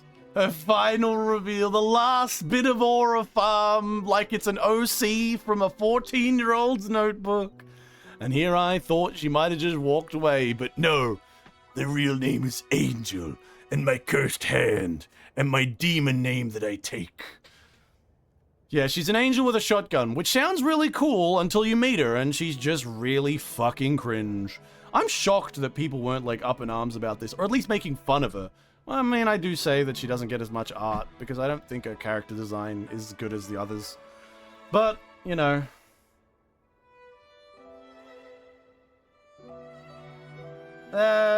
Whatever. Your boat's not very durable.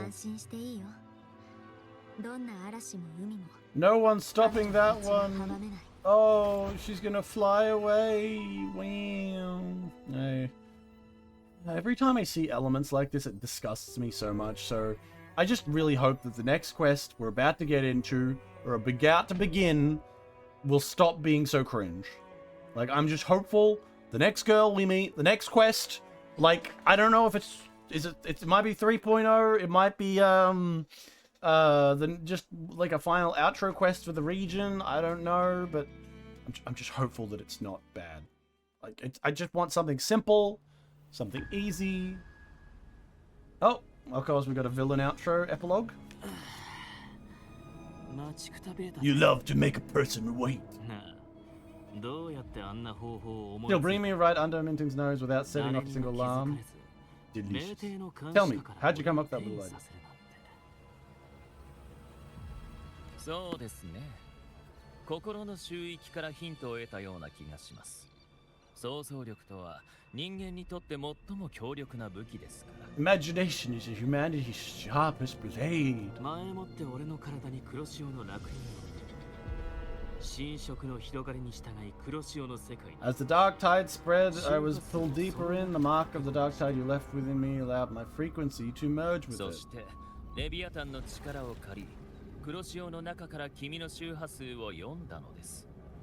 あとは別の場所で描き出すだけ。So basically, he just figured out a way to like teleport someone. Alright, that's kind of neat, I guess. レビアタンの融合の力さえマスターしていれば、現実と想像を融合させ。Leviathan's power of assimilation blurs the line between imagination and existence, turning fiction into fact. I mean, don't you just have that power? That's you like. もちろん条件はありますがね。レビアタンが採取の束縛を解き、 None of that would work until Leviathan slipped the Sentinel's leash and reclaimed the reins of the dark. Yeah, so this is the Keikaku Dori part. So this is the part where they reveal, despite all of the heroes' work and effort, of course, there was actually their plan all along to succeed. There you go. It cost more than I had liked, but everything unfolded exactly as you scripted. Such precision, such devotion. Bravo! Oh, a trial, nothing less. Oh yeah, I want to talk about my theory with them. Civilization's infancy must come to an end as long as humanity remains in the cradle of the Sentinel's arm. We will never walk alone.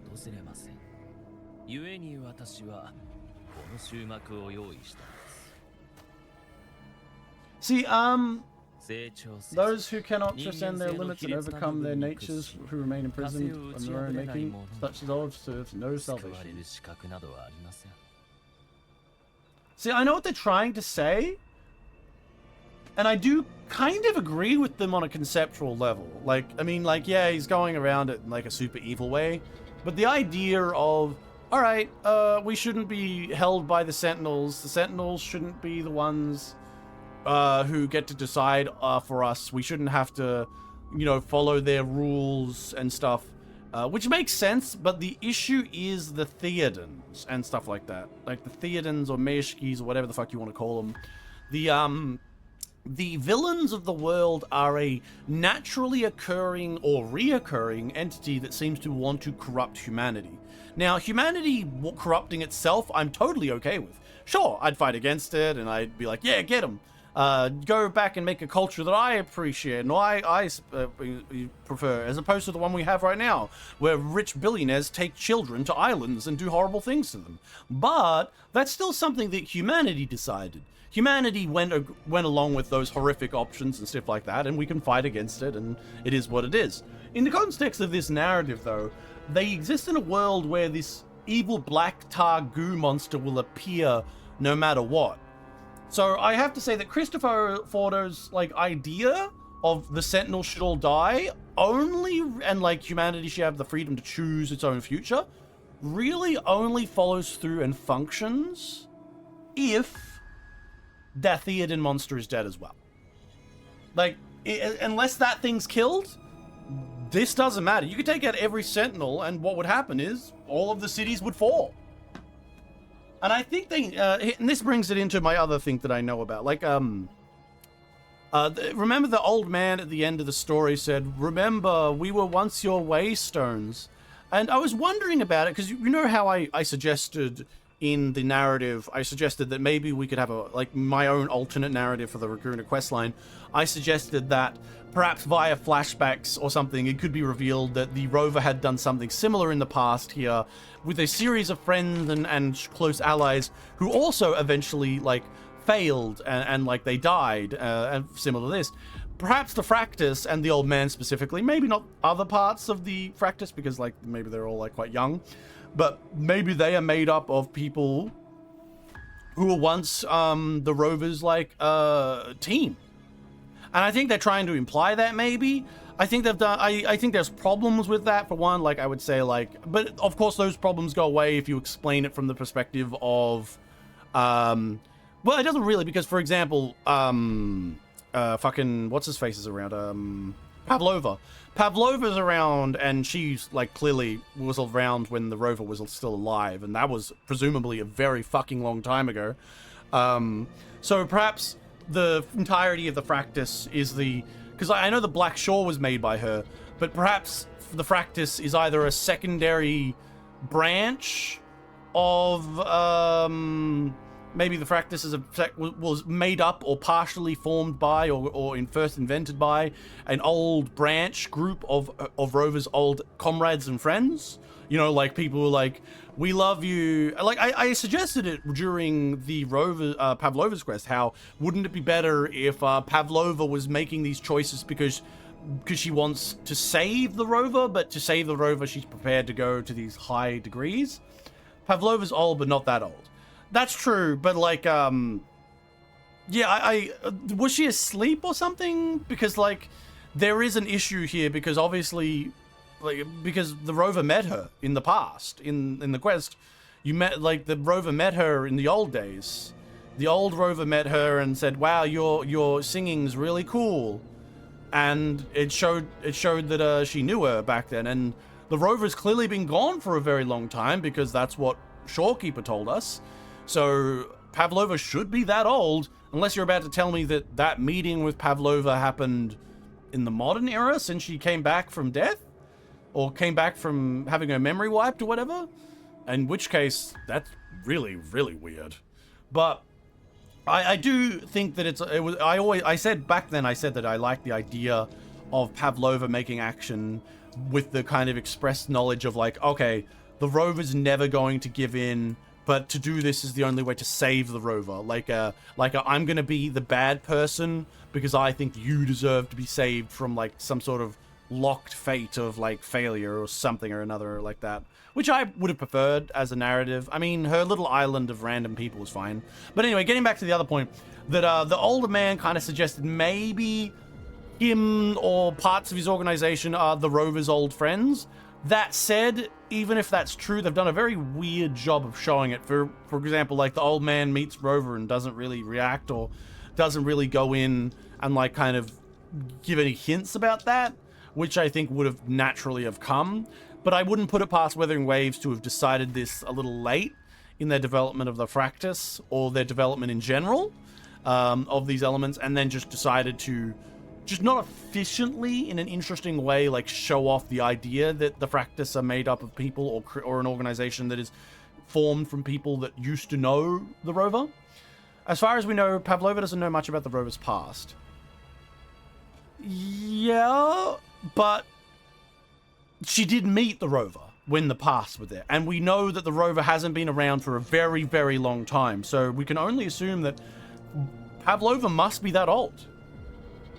Because it's very, to me, it's very clear that Pavlova must be that old.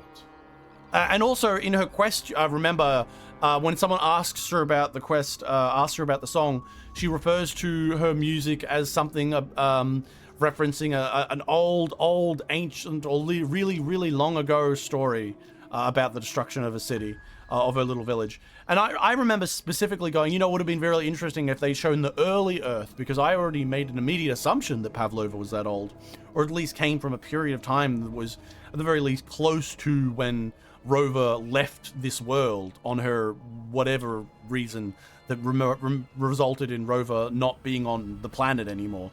Because Shorekeeper made it very clear that it's been a long time since Rover was down with everyone. And the fact that Pavlova met her means that Pavlova's that old. And maybe there was a sleeping nap in between. And yeah, Pavlova clearly doesn't know the details of her past. Another thing that I'm a little annoyed with, because, like, you know, come on.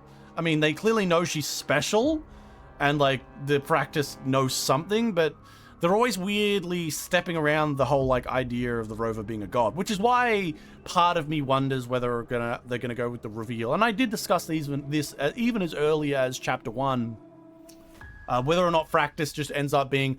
Fractus was a group of people that were Rover's friends, but also had more extremist ideas, and they want to fix everything too, but they want to save Rover from, like, some sort of fate that might end up being necessary.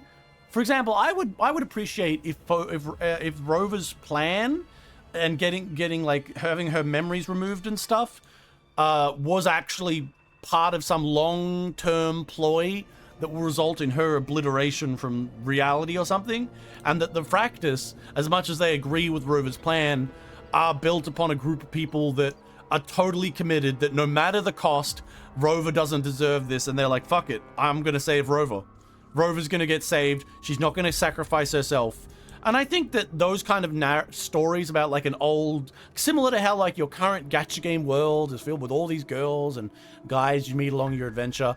The idea that the villains are made up of, like, a previous point in your life's characters, like the girls and guys that you went on a big adventure with who have now become villains, or at least, like, people with their own secret ideals that may go against you, that act in unethical ways because they have their own feelings that have developed, is very interesting to me, because it's one of those elements that I think isn't utilized enough.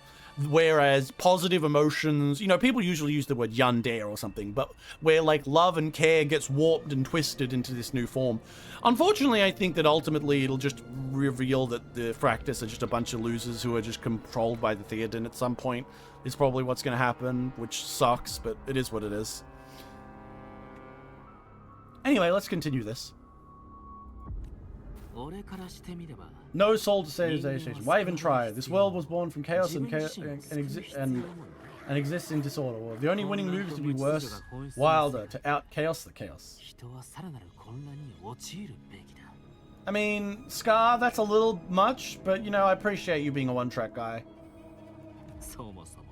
Even the noble act of salvation only makes chaos hungrier. You want to destroy to save, but me, I want to save to destroy.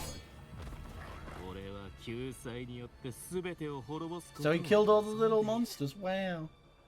See, like, they're a collection of strange people, these guys, but... どうやら君をがっかりさせて You しまい sound ました disappointed in how the story ends. そうは言って Did I say that? Your story's always been a treat. お前の物語は Screaming crowds, drowning in despair, world tearing at the seams, every collapse, everyone reveling. Chef's kiss. Alright. I hate that the edgelord speech is kind of vibing with me. 俺を楽しませてくれる I know it's just like, you know, pointing out how evil he is and like chaos and stuff. But I gotta appreciate, I do enjoy an unraveling. I just think they didn't go far enough. I just really don't think they went far enough. They should have gone further. They should have killed, like at the very least, killed off a few rollable characters. Or at least had them suffer greatly. If they cannot overcome the pain, then let them fall straight into the ending I want. An eternity of chaos and suffering, that's why I chose to work with you, dear playwright. Well, looks like the Fractus are... Well, I guess the name is Fractus. Maybe they're not what I thought they were. 人の心をもてあそぶ作者だお前も俺と同じように悪に染まっている Tiki of Witch Quillbearer, who toys with hearts, your sins weigh as heavy as mine. Tell me, where will your ending play out? I like him. Christopher is a little bit... Okay, Scar is a little bit one track. He is what he is, but he's a bit of fun. Christopher, I like. I find myself enjoying him, even if he does talk in, like, endless riddles. It is already written into the script.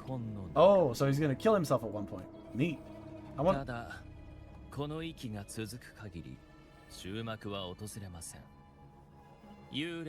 Until I reach it, as long as my breath remains within me, I will haunt the stage like a phantom, a reminder that one must always look forward, sharpen thyself, and temper thyself. What about Pavlova? Is Pavlova going to show up here? 漂白者の言った通りお前は本当に残酷で極端な人間だたまに思うぜお前は俺よりも狂っている I mean, he is a little crazy. Obviously, someone who has the ability to just be like, I'm going to put all these people into horrible situations for a funsies. But, you know, I appreciate him trying to add some spice into the story. If I had have asked him for one thing, maybe kill off 2 or 3, maybe even just one of the rollable characters, probably Brant or Colgate, or someone who wasn't that important, not just a fucking NPC, that would have been nice. Or at least make them suffer horribly.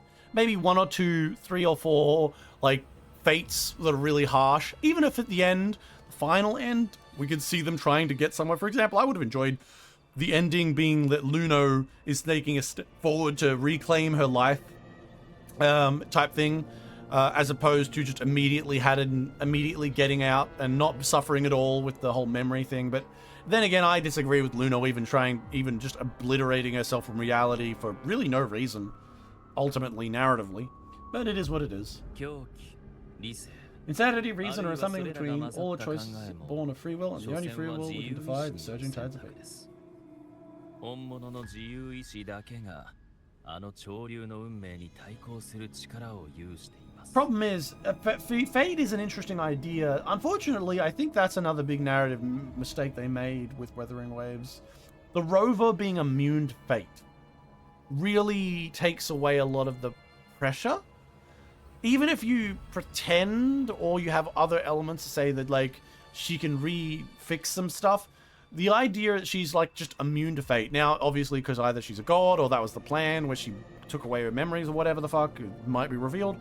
I think just having a story that focuses on fate being immutable and then just having your character naturally fate can't work with you and you literally change everything, it really takes away from it. Like, you can focus so much and say, oh, fate is dangerous, fate is unavoidable, the destiny of the universe comes and it'll demand its price. You could even have changed up Luno's quest and made it that the price she paid was much harsher to come back. Maybe it was a much harsher thing. Maybe her powers were removed and diminished. Maybe other things harmed her or whatnot. I think she did have something with her future sight, but it was never really focused on because the game doesn't want us to focus on anything negative. But generally speaking, those elements really get inverted by just naturally saying, by the way, the rover has the ability to just defy fate whenever she wants. I think she definitely should have not had that. She should have, if you wanted to have that she defies fate, then fate shouldn't have been a big focus in the narrative as a horrifying, scary thing that's somehow coming forward. Instead, it should have been something less focused on. If, you know, the rover is like, oh my god, and if all fate is what you make, and perhaps left it at that.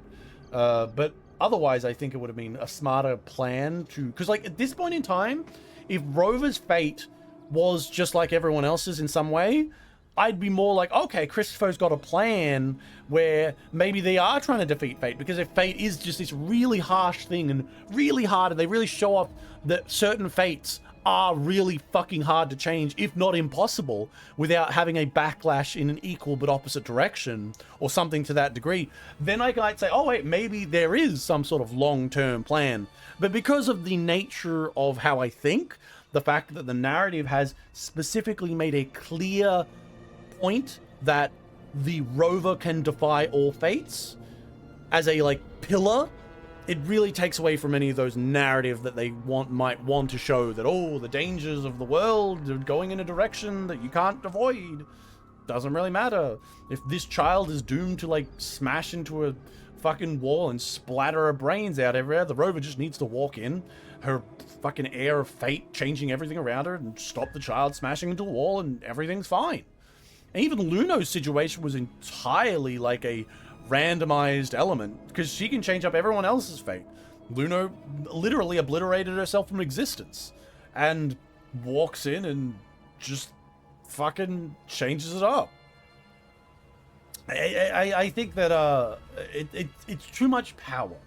The rover possesses too much power, and it really does belittle any attempts at making a villain or a villain type entity such as fate. Any Fate fans? Well, apparently Christopher really likes it. He likes fucking around with it. This is why we both seek to change it. From beneath the tides, no one is content to remain a humble servant.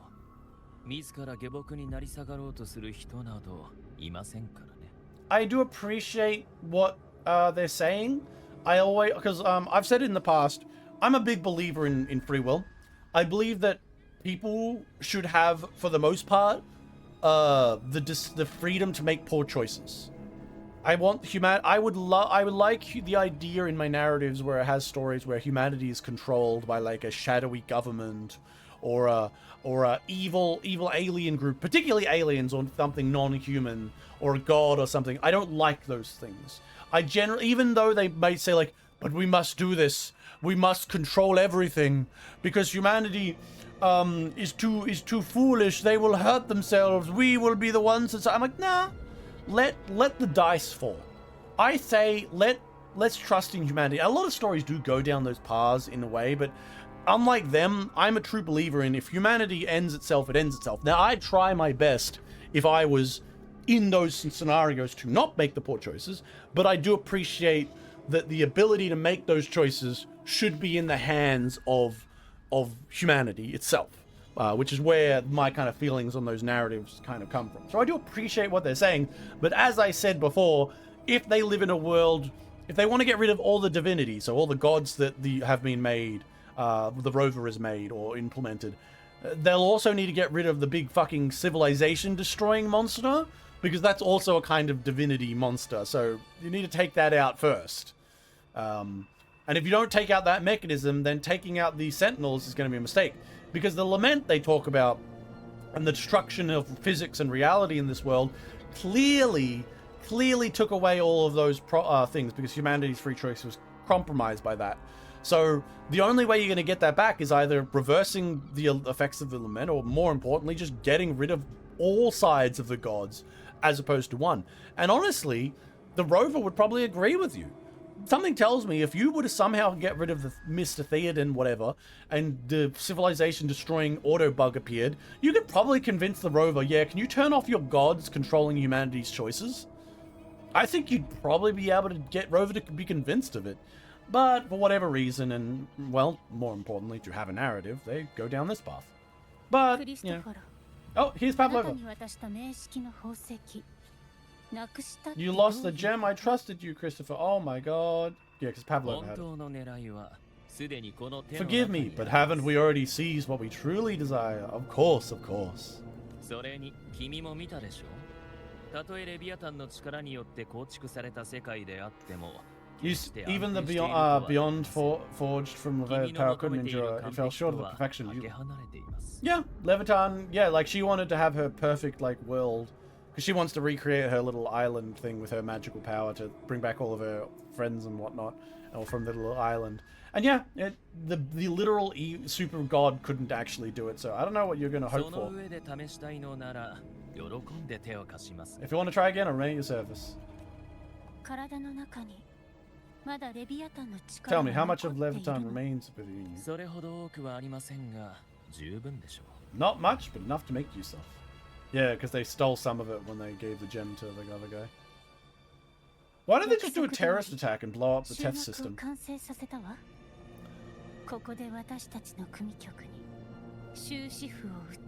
I fulfilled our promise to complete your finale. Let's be the last note of our symphony. Oh, the Fractus, a fractorizing. When are you going to drop this shit and play Love in Deep Space? True. Unfortunately, it's banned on Twitch as porn. As you wish, my sincerest gratitude for your wonderful performance, Lady Forever. May you find the strength to create the beyond your vision. See, look at a nice guy. Fucking Rover's like, I hate you, but Christopher's like, you know, do your best. I hope it can happen.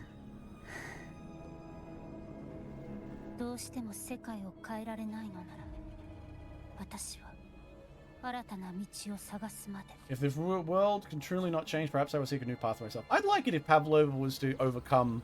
If Pavlova overcame some elements and changed herself to be a more interesting character, I'd be interested to see that. Because right now, she, as I said, she's probably one of the few characters that I think was most fumbled in terms of like what could have potentially been interesting to me and what they gave us. And that's more of a... I have to admit, that part is a little bit more of a... a personal opinion, as it is. I think that Pavlova could have been better. Oh, here's the old man. Let's see what he's up to. Look at them all standing apart and talking to each other while orifying. Who would have thought someone as stubborn as her would learn to adapt? Ah, she's trying her best. Are you gonna... Oh, is she leaving the Fractus? Whatever. The Grand Architect, are you gonna let her walk up and do she pleases? Of all of us, you were the last one to judge her for following her whims. That's fair. It looks like the Fractors are the Fractors are like, I know I said there's a possibility for them to all be like secretly old friends of the Rover, but perhaps only one or two. Right now, it feels more like they're just a collection of crazy people who are just like, you know what? Yeah. The only one fumbling this series is the Rover. I have to agree that ultimately, Wuthering Waves is ultimately fumbled by the Rover. I think there's a lot of other elements that are problems, but yes, if the Rover was written better, I think a lot of the other problems here would be less issues by an order of magnitude. You wound me. I'm far more faithful to my indulgence than she ever was. No, I just want to tag along and add a few more flourishes to a symbol.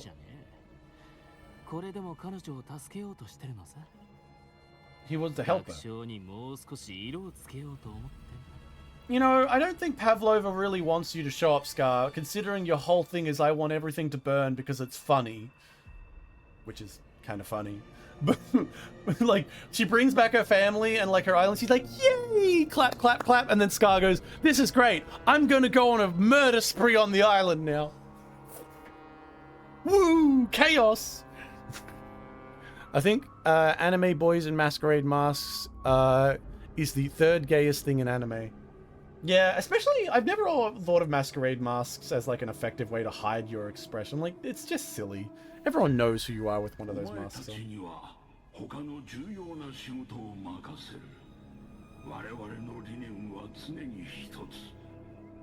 Oh, that's nice, Charon. He's talking about some nice things. There's still great matters that demand your attention, though the roads diverge, our ideals remain as one. In the end, they all lead to the same place. Separation is but a prelude to possibility. Isn't that kind? Isn't that kind of him? To just say, like, nice things like that? Oh, they're such a good family, these Fractus. Also, humanity may cross the final gateway into eternity. Oh my god, there's like a deer in the background.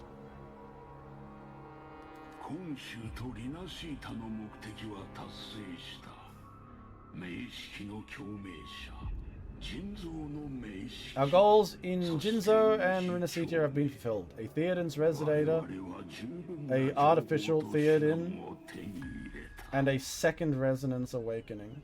We now possess the knowledge and the means. I figured it would be something like this. This was the same. He's a skeleton Larper. Shut up. You can't. He's okay. Like, I mean, he's got a skeleton face. I mean, if any flesh is on there, does that mean he's not a skeleton? I mean, you can have some skeleton, like a skeleton arm or something. I think you're just being racist. Stop gatekeeping skeletons, skeleton. So yeah, obviously this was this was all our plan all along. I think we could have got to this point much more effectively. We could have had the story not be like endless arse pulls and all that. But I've talked about it at length when I was talking earlier about 2.0 in a general sense. But yeah, 2.0 really was a disappointment. I think once I get to the end of this part here, I'm going to make the decision. Wait, no. Is the next part still 2.0 or is it 3.0? Time to turn our gaze to our accomplishments in La Hairoi. Is that the new city? Oh, it's done.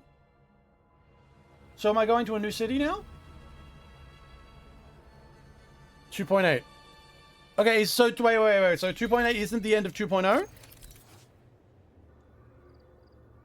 I don't give a fuck about terminal appearances. I don't give a fuck. I don't want to look at it. Whatever. I don't care. I don't care. I don't care. I don't care. Fuck you. Don't care. Don't care. Go away. There we go. Alright, so the new quest is 6. Alright, let's start walking. It's gonna take a while, but we're gonna get there, guys. I'm on my way. What was the flying button again? What's the flying button? No. Alright, fine. Okay, so that's... Alright, is that the next quest? Oh no, I've still got to do this segue. Wait. Just another swordsman Hanglong guided across Hanglong thing. No need to do it. No, it's a main quest. I'm gonna do it. If it's a main quest, I do it. I'm sorry, but if it's a main quest, I'm gonna do it. I don't care how stupid it is. If it's a main quest, it's getting done. Because I don't wanna. I could go to this one, which is the next one, but I'm gonna have to do this one. Detectives like CBT. I can't help it. My CBT. 2.8 is its own separate thing. The ideal skeleton is a pale bones, hollow eye sockets, not a bit of flesh. All right. Well, okay. We'll do this one then. This segue. But I will say I'll give my thoughts, because the major overarching quest of 2.0 is over. Like, right? We could say the major that one is the Bling guy story. Oh yeah, the fucking the other dude. Oh, I'm at the bank. Can I have some money?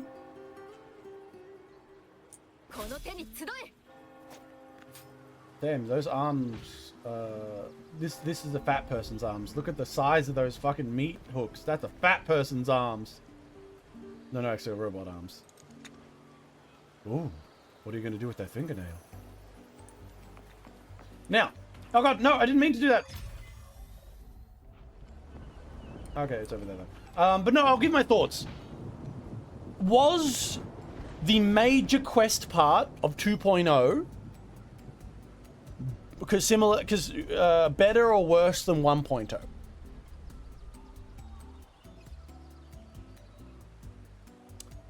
That's a hard question to answer. I think there's a yes and a no in here. The no being that 1.0 was really bad. Just talking to someone in 1.0. No, you know what I said? In 1.0, just talking to someone was a cringe adventure. It was the writing of just conversation was bad. The writing of events was just over the top bad. The art style and like the approach and the logic of battles was terrible. The visuals and like the jump between quests and characters and their motivation, it was trash. Really, really bad. They did improve on that little island secondary part after the main part of chapter 1, where you went to do like the dragon thing, though I didn't like how that ended. I thought that was really poor lore. And then Black Shore was an absolute travesty again. But generally speaking, 1 was so fucking bad. 2, so 1 is worse. Chapter 1 was worse. But chapter 2, as I've come through it right now, I need to say it did have more promise and it had more sparkles of light in it than chapter 1. And more than that, I think the most... but here's the other part where it gets a bit of a negative. I think the most part that annoys me is that I had expectations that began at the start of chapter 2 that it would be better, and it did start off kind of living up to those expectations, or at the very least not completely living down to them. And then eventually the story became the dog shit. Let's get in this while I'm talking. So eventually the story became dog shit. So yes, chapter 1 is worse. Chapter 2 just makes me feel like it's worse. It'd be the equivalent of like the world being a very bad cold day, but or it being a windy day that makes it feel like it's colder than it is. That's the kind of position I have. I think the story arc flowed perfectly, and each individual character had their own unique struggle and tacked the road both physically and mentally. I was taxed mentally. Maybe not physically. But mentally, I was definitely taxed. At least I got the cum bath to enjoy. Hey, don't you step on it! Don't you touch my cum bath! Oh, thank God. So I thought it was going to be another, like, person who, like, absolutely pulls apart and destroys my cum bath. I don't even know what's going on in this story. Now that's something to summarize, which I have to do for my new video. Just trying to rage bait. I know. I'm very good at I'm aware of rage bait that's coming from you, Skeleton. But there is the story does. Man, the size of her tits. Oh my God, I'm gonna be touched. They're gonna ruin it. Oh, he's not gonna ruin it. I guess it was just that woman who ruined it. What a bitch. Oh look, it's like a little jester monster. But yeah, I don't really think 2 was I would say 2 is a improvement over 1, but to say it so clearly like that is a real disservice, and can only be taken in the context of knowing how bad 1 was. I want a story about the life of this here tub. Well, you see, the cum bath is a well-known and proud creature of Renacetia. It takes you everywhere you need to go. It's filled with cum. It's just such an enjoyable experience. Really shows off what life could be if we all just, you know, relaxed and gave to semen banks. This is what life could be if enough men went into like donation clinics. We could live here.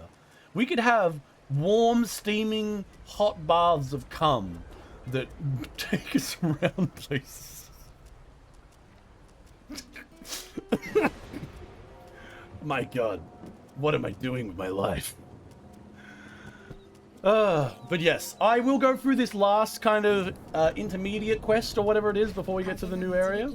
Oh, I guess it ended. That's sad. I can't go forever in the cum bath. I could go in that one, but yeah, fuck it. But anyway, let's go. Cum bath will be included in the video. Cum bath will return in Avengers Detective Makes a Video Endgame. You better believe it. There's going to be entire parts where I will just walk around in the cum bath. All right, let's do it. This is the new story. This is the new story. Why can't I say chum? Oh, it doesn't let you say cum? It lets me say cum. Fuck you. Oh, it's the music lady. I thought this was a quest for something else. Or did I accidentally get into character quest? That is a lot of strings. Holy shit. Yeah. Do your singing. I don't care. The laureate fell. Into the dark tide. Gone. Our minds shattered. Our hope now banished. Our woe heart, our helpless hands. It's the end of our plans. It is weird that they have you go back to Renacedia right after saying goodbye to everyone.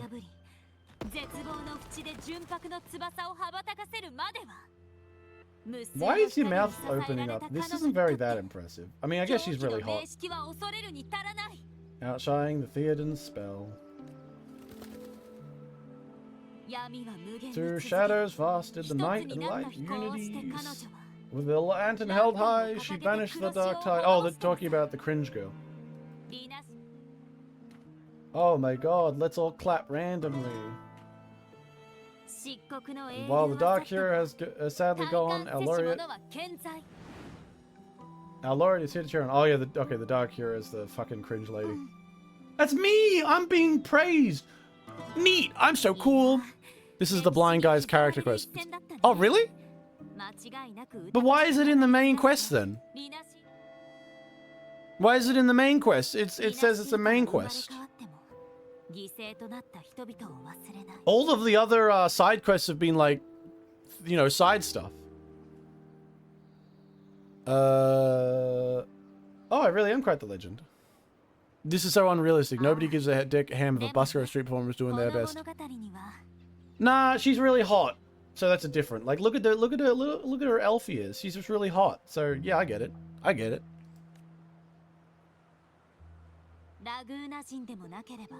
He heard of the story of the Outlander. Oh, there we're gonna talk about the blind man. It has some main story lore, but no one cares. I am so confused about what the fans of Wuthering Waves like or don't like. We're gonna go through it though. It's a main story. I'm going through it. I don't care. Something said it's a main story. I'm going through it. Because that way, when I do get to the end of my video and people say, "You motherfucker didn't play the game." Oh, it's the he's a cultivator. It's the cultivator. Are you our neighbor in need? In Japanese, he said, "Do you need any help?" Why would you call it a neighbor in need? By the Sentinel, the Order of the Deep, will assist you if you ever can. I want to see. Why did they randomly come up to meet him? I want to meet Fenric. He's on a. You need assistance? Let me know to seek the Order's aid. I'll take you to Mercury. You can always find me in the cathedral, brother. My name is Leon. May the Imperator be with you. Okay, so he's just a random guy who's sitting on the street and then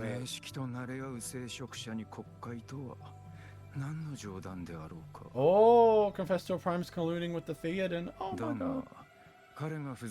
Then I'll seek out the Blessed Maiden or Rover. That's me! Oh, it's the sexy, it's the singer girl. So she actually is. Is she just like, oh, she sees a hot guy in the street and she immediately goes in, fucking with the cat calls. I swear, women these days. I've seen bitches in LA with elf ears and they were high out their gourd. I think you are probably a WuWa's top guy. You think me? No, there are plenty of people who are WuWa's top guy, and it's not me.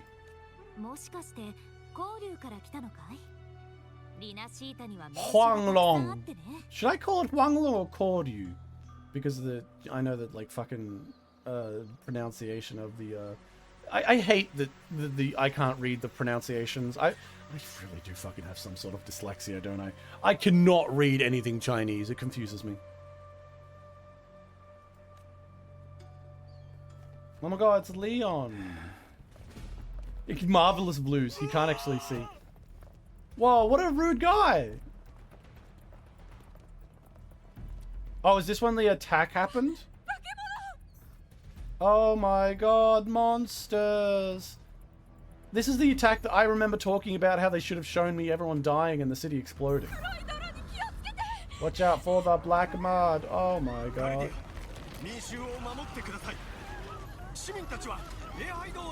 Oh my god. Go, churchman. Protect everyone. Oh my god. What did I describe? The end times before paradise descends. Oh my god. I guess this is the kind of way they're gonna do it, just like flash screens as opposed to like showing the city get exploded. Well, I guess it makes sense. He's blind, so I can't see anything. Those knights are badass. I will say that. There's some really nice looking cool shit they got going on occasionally. Oh my god, the cultivator's gonna go cultivate. He's gonna use the rising dragon slice, followed by the swallow hides in the fucking mud or whatever kind of strike. And then he'll say, "Are you courting death? Are you courting death?" Oh my god, get him. Go monkey. Oh, that's right, I can summon a monk one. Stab, stab, stab. Done. So this is what the city looks like when it's being destroyed. The exact same except for a handful of dead people. Neat. Ah, stop it. Oh look, the knights are here. I do appreciate that they actually have other characters involved in the fights, even if it's like cringe and tiny. I always say, for example, I always say that, see like across there on that bridge, there should be smoke and fog and like there should be people fighting over there and fire and flames coming up from everywhere, but not really doing it. Let's look around the restroom. What's in the restroom?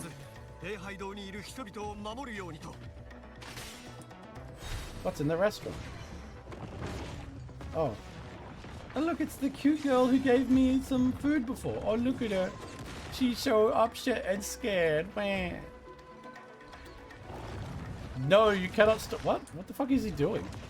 Knock him out? Is he just like, what the hell? Is he just drunk? Alright, let's fight this monster. Bonk, bonk, bonk, bonk. Wait, why is it?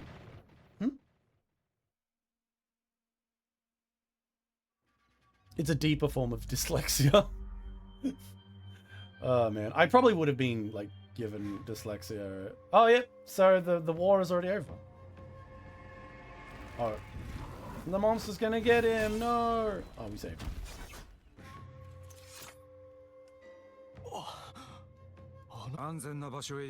Good to save. Alright, there's a people trap. Let's go get him. Oh look, it's that girl. I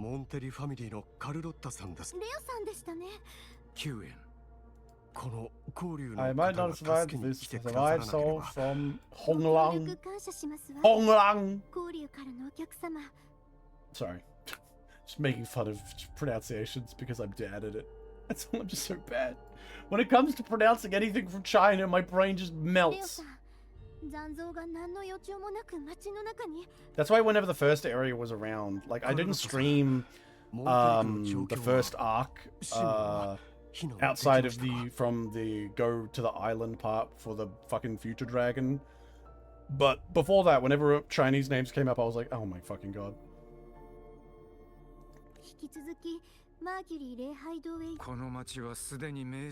Yep, Theoden Shadow's here. Oh my god, oh. That's me. I mean... Oh my god, massacre. Where are you going? You must all retreat. Once again, the music really doesn't fit.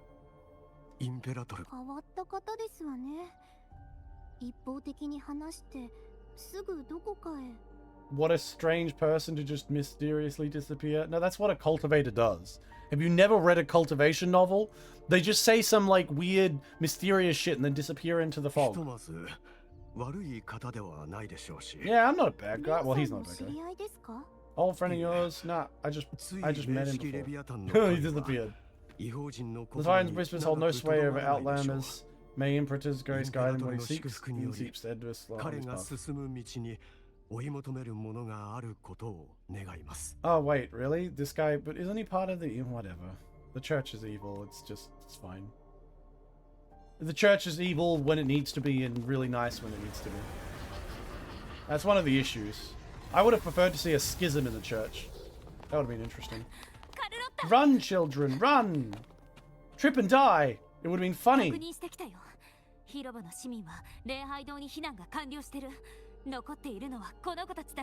Wow, the children are really well behaved.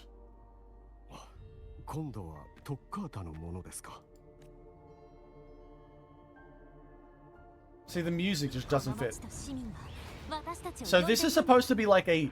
This is supposed to be like...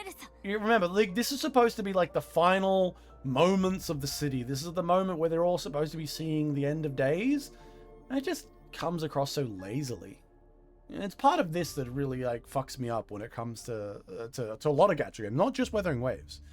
When it was Star Rail, whether it be fucking anything really. One of the only games that really got across how insane some of the events that were occurring for me was, I mean, obviously this is going to sound like Cope because I love the game, but Girls Front Line. Girls Front Line, there's a specific part where a war starts in it, like a war, and the game goes out of its way to show the perspectives of like soldiers, like fucking air raid teams, radar station operators, fucking logistics officers, pilots, bomber pilots, civilians on the ground, fucking soldiers, rebels, fucking insiders, politicians, and it spends hours upon hours going through each of their perspectives in this massive war zone as everyone like gets dies, like see, like fucking areas of a city get flattened, old ladies trapped in like buildings as like others burn alive as they can't get their families and children out, where like soldiers are just like firing willy-nilly fucking unguided munitions into like town squares as they rage against their enemies, as normal people and innocents die between the militaries. And it's great. And that's part of the reason I get so upset and I judge games like Wuthering Waves and Star Rail and Zenless Zone Zero so harshly for these kind of things. Because right now, this is supposedly the end of days for Raguna. This is the part where they're all supposed to be scared that it's coming. And what have they shown us? Handful of guys fighting, handful of random still scenes. The music is soft piano music. And no one's really showing emotional reaction. I would have preferred, as I said in the past, you should have just shown the city explode from a distance. Or you should have had a cutscene showing people screaming and running through burning buildings. But they don't. They take the easiest choice. We'll just make it darker and make the sky a bit dark and we'll leave it at that. And I think that's a real big issue that I have with these kinds of games. I'm not feeling like I'm in the world. I'm not feeling like these things matter. The game's not treating them like they matter. They're treating them as just like offshoots. And I really don't like that. Weird of him to imagine the rover backshots like that. Always we always think of rover backshots. He gives that cat-eared hat girl the R. Kelly special. Is R. Kelly the was he the one with the domestic abuse on the girl? I can't remember. Or is he the one who was with like underage girls? See, look, cool moment where all the knights appear, big monsters, and the music is this. Why do we not hear destruction? Why do we not have rock music or like intense battle music? Why is there not smoke filtering around here? We know they can do those effects. Just no one cared. And I think that's a big thing. No one cared. Just zooming in like this is totally gonna bring about cool, fun excitement, yeah? No, we're gonna go follow him. Looks like he's got a gun. Like that, like the sword hilt thing, I assume. Looks like a fucking gun. That'd be kind of cool. Like a cultivator who uses a goddamn rifle. I'm gonna cultivate my bullets. Oh, we're up on the super city. Yeah, let's go. Oh my god. Oh my god, enemies! Die! Bonk. Get him, monkey! Bonk. These guys don't really care that much at all. I wonder if they'll like add different enemies in. Like maybe a monster that's not just like a attack monster. That'd be kind of fun. Bonk. Yeah, he is so fucking cultivator pilled. What? What the hell is that? Why do they get like a slow down option? That doesn't usually happen. Stab it.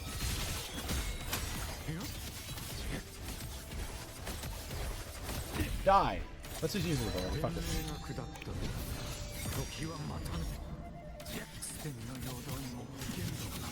I'm not against cultivator kind of stories or a cultivator character. I think they're fine. So me memeing on him being a cultivator does not mean that I hate cultivator stories. It's fine. There can be all sorts. Oh, he's just drinking. Aura farming. A little bit of aura farming. This kind of aura farming is much preferred to the cringe aura farming of like the supposed dark hero girl. Well, up we go. Elevated to the maiden. Okay, let's go meet the maiden, which I believe is Carthia. Carthia, what are you doing? Oh, he's gonna walk on the water? What's this? I think that he was using it because, you know, all like, you know, cultivators, like, they either on their sword fly around or some shit like that to go really fast.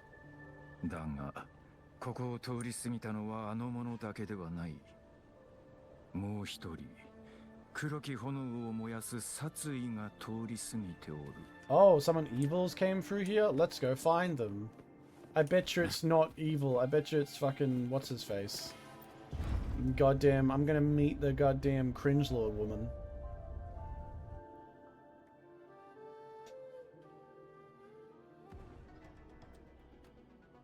Oh look, there's a painting. That was cute. That was a painting of Carthia. Why was there a painting of Carthia? Who did that? See, I always say that. There always should have been something interesting about Carthia in these elements. No, I want to go back and look at the painting. Yeah, whatever. Is this going to be a cutscene fight or my fight? Oh no, it's worse. It's fucking mini game fight. Oh, I'm hitting again. And again. And again. Combo. I'm so cool. Not a fan of these things. I know they're like, oh, we're adding like interaction into cutscenes, but I've never enjoyed them. Never enjoyed those like cutscene minigame things. They've never appealed to me whatsoever. I do appreciate one thing about this. If this guy's going to be in another quest going forward or more story going forward, then, you know, him showing up now is pretty good. Yep, there's her chasing after the murderer, in quotations. Main capital of okay, that's another city of the place of the Chinese J-Tech Empire. Huan. Oh my god. See, look at that thing. I would have said that's Liang, and he says Yo Summer, and I'm like, who the fuck? How does Yo Summer? How does Yo come from Liang? I don't understand Chinese. I mean, at least I got QN. I had the privilege of meeting many distinguished officials from maintaining the Ministry of External Affairs and choosing one of the internal security agencies. Oh my god. Law! Wait, I actually know this, actually. Yeah. That's agency responsible sentinels, astronomy, and calendars across the various cities. Each headed by... incident. While they hold independent authority on Sentinel Realm, they are limited to advising and supervising the administrative bodies of each city. Internal Security Agency, an institution that operates... So basically, secret police. Hire chief commander reporting directly to the Emperor. Investigate any official case or criminal without approval from other agencies. Enact first, report later. So basically, yeah, they're the special police. So secret police.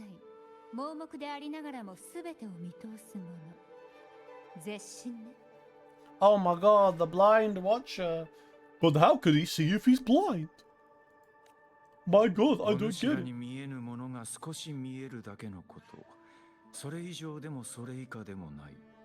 Yep, he's a little aura farmer.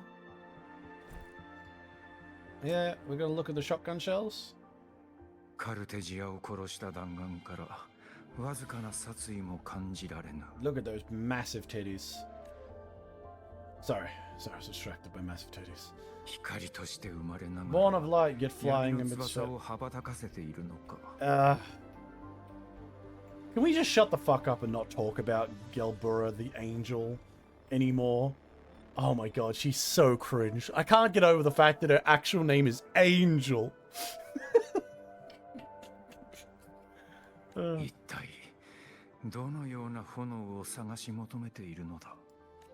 Yeah, god. What am I doing now? What? Oh, a close up? Oh, he's using his ability to see the past.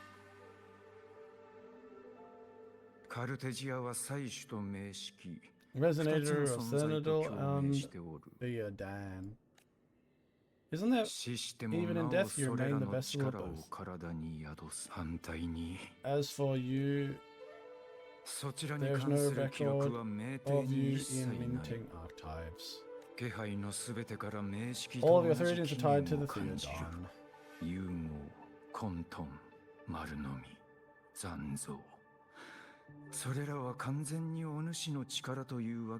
Yeah, I know, she's cringe and she's cool and she can control the dark powers. We've had a whole fucking quest dedicated to talking about how cool and dark and mysterious she is. Can we just not talk about this woman anymore? You seek vengeance, but she's not your true violence, it's divinity. Yeah, you kept your defective. Besides sparks and fire, would you need another person to strike the fire? Yeah, okay, so they're proving why the death scene happened. I think narratively, I still stand by the idea of the death scene came out, which meant that they kept back and they didn't show Cringelord, fucking Angel. Let's call her by a real name. Until, like, they had this moment, which was a bad move because they definitely should have shown her earlier to try and get this. Oh, look, she died.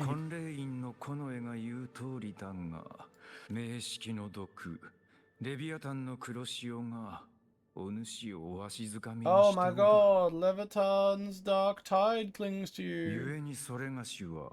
That's why I sent you through the dark tide in the city. Anyone tainted by the Theodan is fated for destruction. I'm a god, it's fine.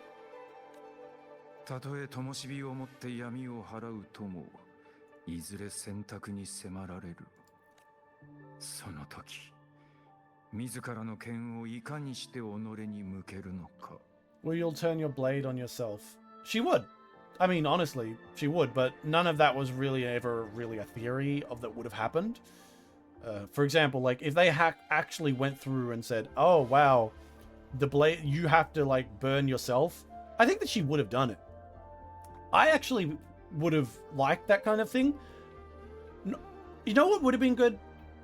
How about this? She take away some of the aura farming from fucking Angel and give it to the Rover. I think the Rover deserves some aura farming. I mean, the Rover does some aura farming pretty well, but generally speaking, I could have imagined this situation. Just in the same kind of whatever vibe-based storytelling, instead of fucking Dark Angel going around and, you know, being like, I have my power. Rather than that, maybe she burns out the Theodan's power through, like, cleansing herself with, like, pain and, like, when, you know, turns her sword on herself for the Rover I'm talking about.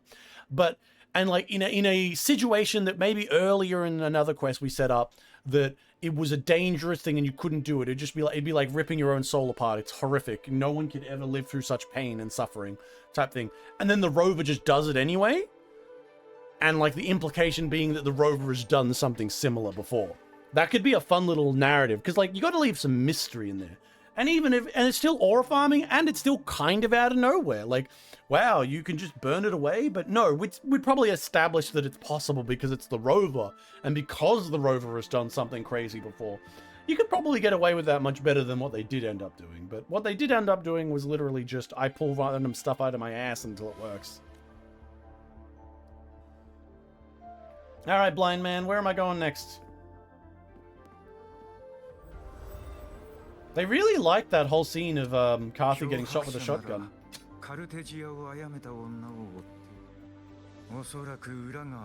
Yeah, that's not the whole story, obviously. We already know. We know that because we already played through the quest. Yeah, he's using his senses and magical stuff. Man, look at her tits. Holy shit. Look at those tits. Torpedo tits. Damn. Sorry. Sentinels no more, the Blessed Maiden is gone now, the Dark Tide descends. You are outnumbered. You said you met with Teng's official, that means you had an audience not with the Grand Master, but the Grand Marshal too. Grand Marshal, the Minister of all affairs of the Six Cities, the honorific Grand Marshal is no rank, an authority of position. The Ministry of War. Do they even have anyone they go to war with though? I'm pretty sure they're the only Grand Empire. I mean, Red Seed here is literally just 2 fucking island city-states. Not like they're going to war with them. She asked me to execute a practice overseer named Scar in Reseda and help detective in the process. Oh my god, that's me. Has Ting seen... Well, of course, they have sentinels that see the future. That's their whole thing. That is not my concern. Thou shalt wield the torch of the usurper to drive away the darkness. What the fuck? That's all the Ministry of Sentinels Fair gave me. Any clue what this torch might be?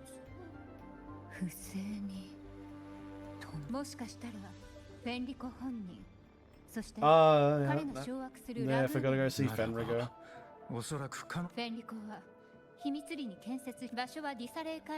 You know, the interesting thing of him randomly going to Fenrico, I kind of accept it because he comes from an empire that legitimately has prophecy as their backbone. If he just comes here with prophecy and says, I don't know, I was told to come here, here's the prophecies I was getting, and then like this random lady tells him where to go and what to do, that kind of makes sense because it's prophecy. He's just following fucking future talk. I mean, as stupid as future talk can be, it makes sense. At the very least, I would take a kind of annoying story trope over I pulled it out of my ass, which is what most of the time Wuthering Waves does. So we need to clap when they actually like put in some effort. Don't tell anyone else here. Why? And why not? Yeah, why don't I tell anyone? Says Big Talking. I was not anymore. Wait, so she's the minting you visited is not the place you... What? Oh, something's going down in the capital. Something. Secure Carthy's body and get a safe place. Now, I'm just going to throw it out there. Was that the first example of a okay kind of reference to a, ooh, something's going down that has ever happened? Because, like, they just straight up said, oh, something spooky's happening, but they didn't, like, straight up say, they're all in trouble. No, it just said in a weird way and then focused on this story, which is way fucking better. Alright, let's go see what's going on. Tell me show me what's going on. Fenrico, are you still hanging out here being Fenrico?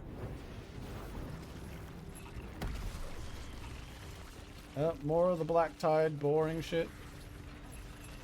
I just gotta go stab him with my sword. I'm like, oh, that was easy.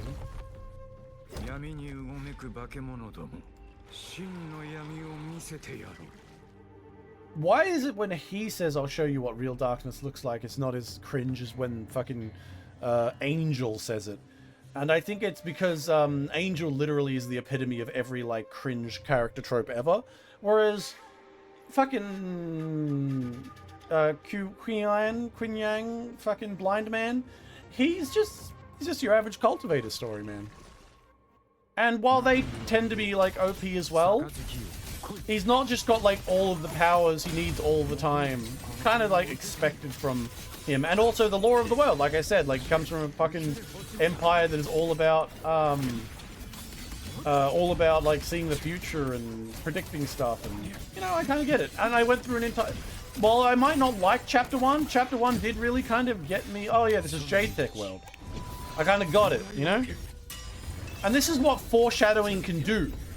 It can give you stuff like a character that might usually you'd think, oh, I won't like this character, and turn them into someone you can enjoy, or you can kind of accept in the narrative.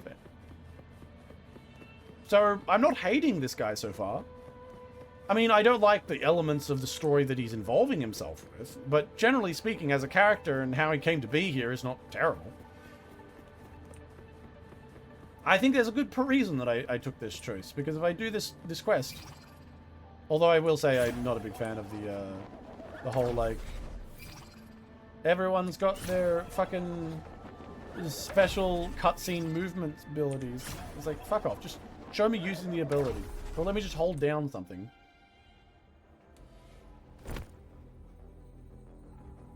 Oh my god, is it Famrico? Or some random guy?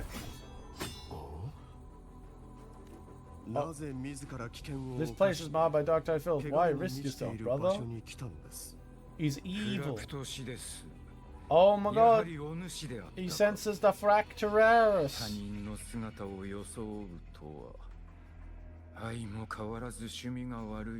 Playing dress up is your twisted idea of fun? I mean, everyone likes to play a little dress up occasionally. Cosplay's fun. You don't recognize me?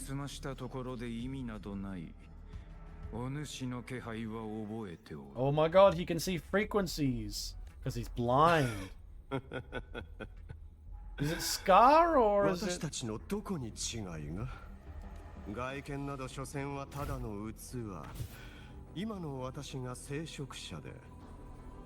Or is it the old man? Just as you are a fugitive clinging to an official's uniform. See, they're doing a decent job of going, okay, something's wrong in the middle of the Jade Empire. Because, like, this guy seems like a nice guy, generally following the rules from his government, but then, like, apparently he's a fugitive from his own government.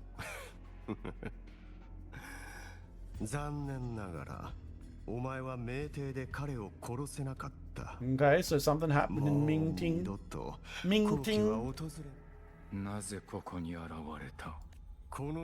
A grim stage has been set for me. Or is he like the other power? At the end, I am a supporting character in the grand performance.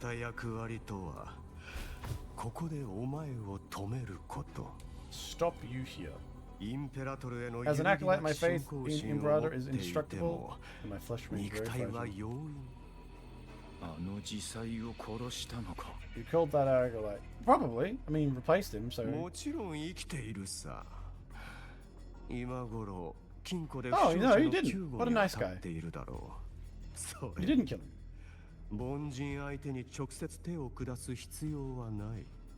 Oh, that's nice. It's beneath him to attack an ordinary character. Yeah, that's a bit nice. You know, just attack the main people. That's a nice thing to say. Oh, he's got teleport. A player confession to Lord Your Toen. God, I'm really bad with the Chinese names. When it comes to talking about them, should I just use the Chinese pronunciation for all of them and just you know, or just completely fuck it up, or make a joke about it and then fuck it up again?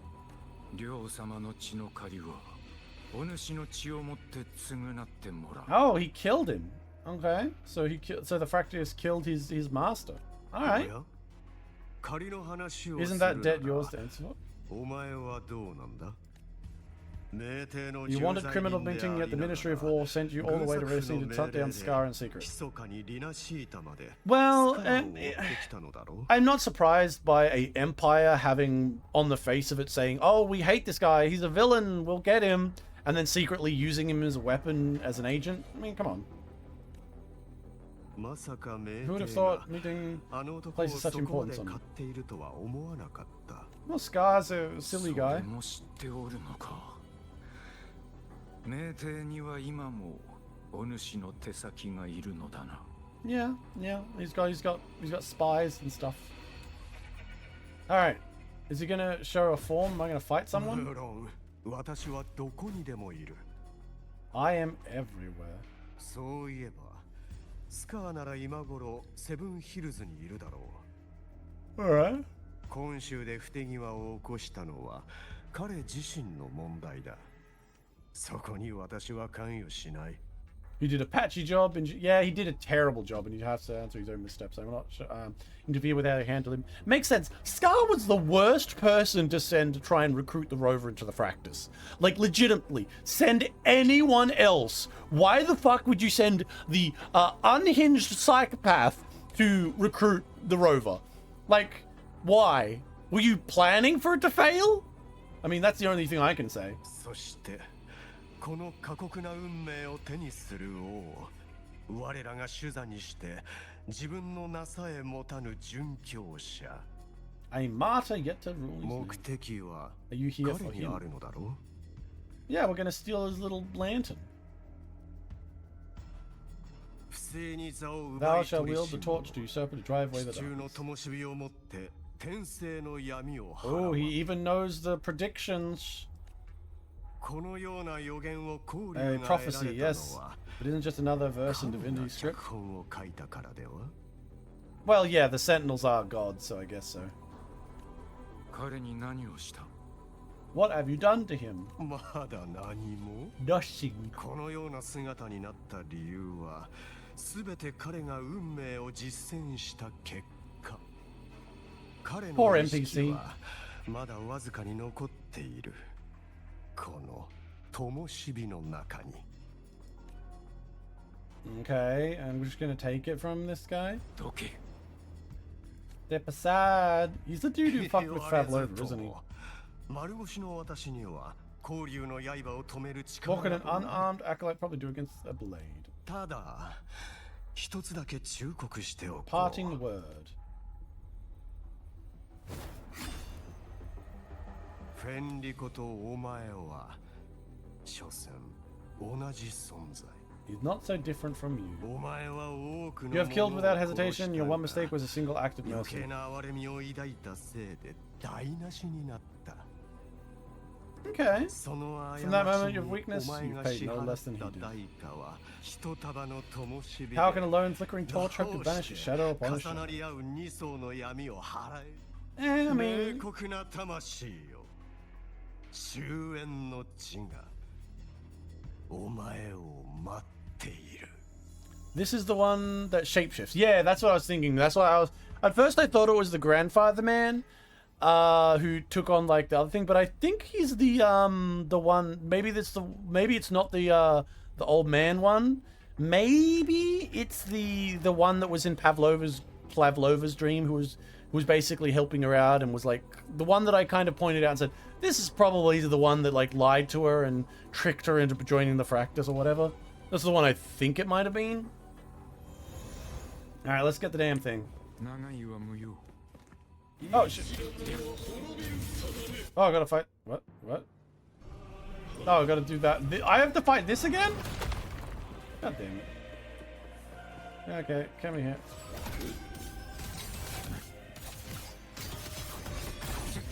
I mean, we already fought him once.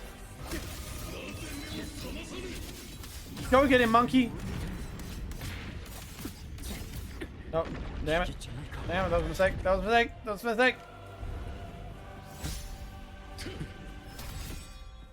Yep. Stop it. Stop it.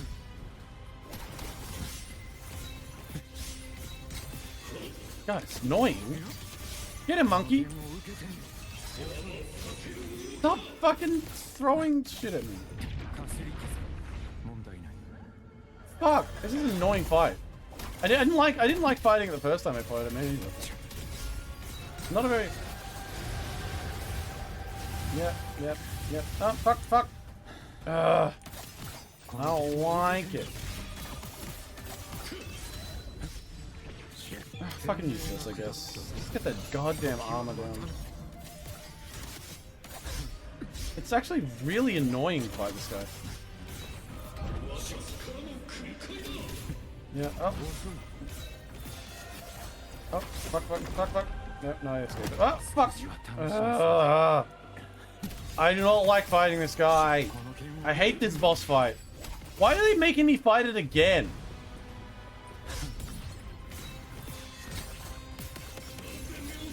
Ah, damn it. I don't have any fucking dodge.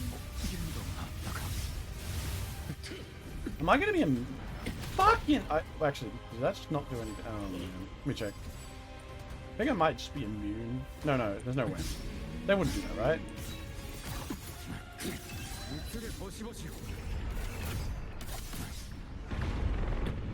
Damn it! I might actually lose this. Yeah, I lost. No, oh no! Oh, remember everyone! Oh, thank God, it's fine. Fine, I don't have to care. Don't have to care, guys, remember. This is the scripted fight. So, I can't actually lose. Yeah, thanks, game. I'm just so good. Look how great I am, guys. I'm winning the game. I'm such a good player of Wuthering Waves.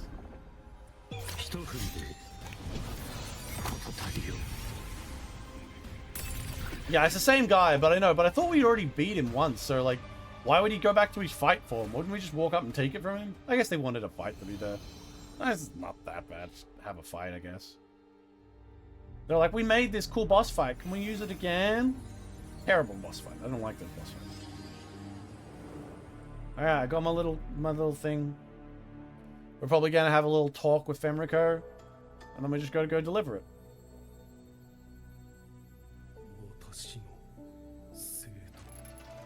Hi, Femrico. Are you gonna be evil Femrico or nice Femrico?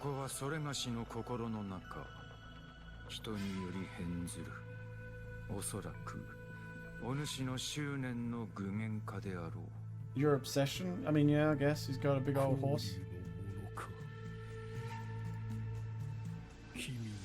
Here you find neither the gospel you can accept nor the judgment you are meant to endure. The big Theoden of Rohan is taken from everyone. Your blessed maiden is dead. Your city crumbles. The dark tide will soon swallow it. Your tie with the Theoden should have shown you what has already happened. Give me that lantern.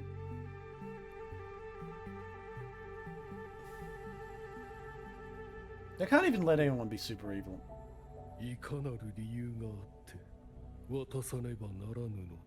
Tell me by what demand do you demand it? The path born of injustice must be fortified with further transactions.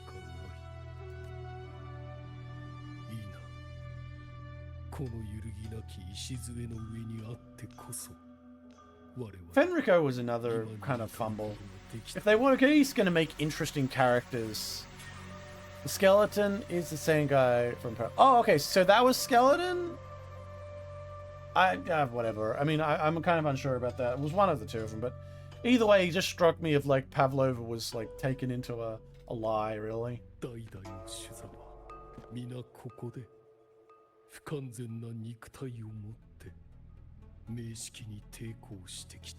Yeah. They always try to fight against the monster.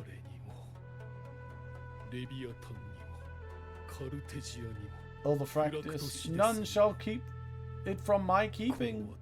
Oh my God! Why is the music so low? I mean, like his voice so low. But the idea of him being like, "Fuck you all, I want it. It's mine." It's kind of baller. Under the hand of the promises around fast by a light of our people shielded from Theoden's corruption and led towards a blue blessed land. People need unity of belief. That is why promise must rule. That is the heart of our creed. That is what has sustained me across 20 years of struggle against the Theoden. I helped his power to bend his power to a higher purpose. You made a fucking cult, and you really were all about like murdering people, and the game kept telling me how like you were an evil, like burning heretics, and how you were controlling and messing up with the people in the city, despite the fact that the city looked like a fucking idyllic Venice. I'm never going to get over the fact that they keep telling me the Gold Place was some sort of big, fucking, powerful, scary city controlled by a cult, and you just look outside and there's children playing in the fields.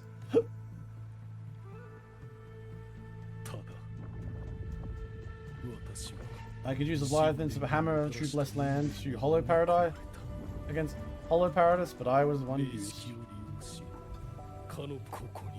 Such is my appointed fate. I accept it without challenge. You know, I see the outline of many of the ideas. They just did so sloppily a job of kind of introducing them all. Well, for example, him making a paradise out of Pavlova's idea is a great idea if you introduce early on, like super early on, very clearly, that ultimately the Theoden was gonna like subsume everyone into like a paradise land, like that was its plan at the start. Like make that a bit clearer. And then you making a secondary one and thinking he could get away with it when he's actually being betrayed and like led astray by the monster fits way better. But yeah, the people who write Wuthering Waves aren't exactly on the up and up with logical consistency.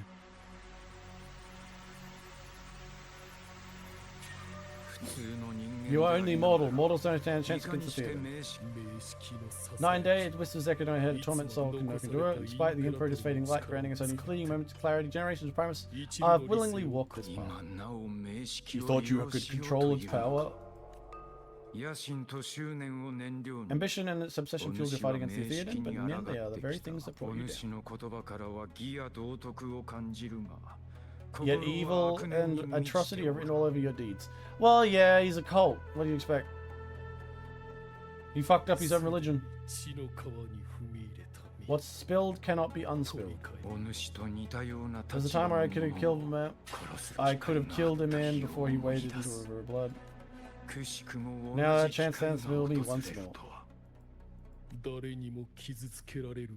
No mortal shall inflict upon you even the slightest harm. Oh my god, he's bleeding. What?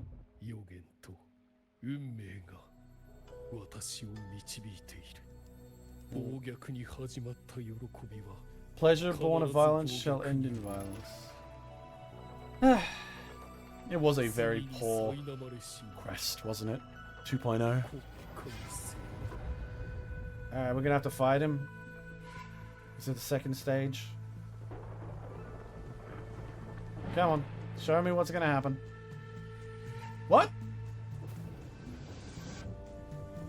Huh? Now we're doing like one of the old like samurai serials? Okay. I mean, it looks cool. Once again, visuals for Wuthering Waves. So this is like showing his past where he like probably what he did wrong. Where he did something wrong in like that got him like arrested or in trouble. Well, the cultivators are cultivating it against each other. Who has the higher cultivation? I am at the third realm 5-3 soul stage, and you are but at foundation 12-15. I shall defeat you. It looks nice though. One of the better like fight scenes.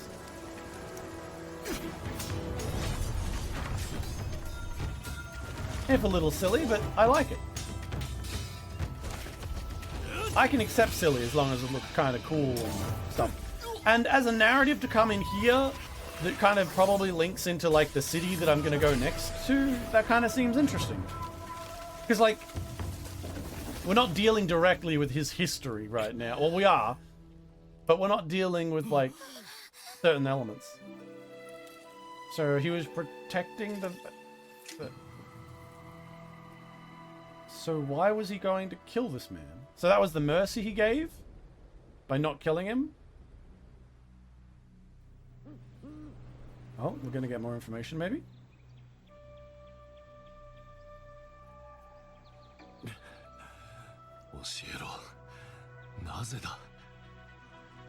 Geishu Lin?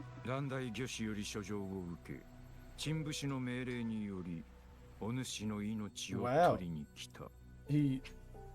One of Yulang's 3 judicial bodies, it holds the authority to jointly try major cases and wield significant supervisory power, a duty summarized to probe evil and maintain discipline. Its officials are generally titled censors, while those staying are stationed or assigned temporarily to the 6 cities are called investigating censors. So it's the Inquisition.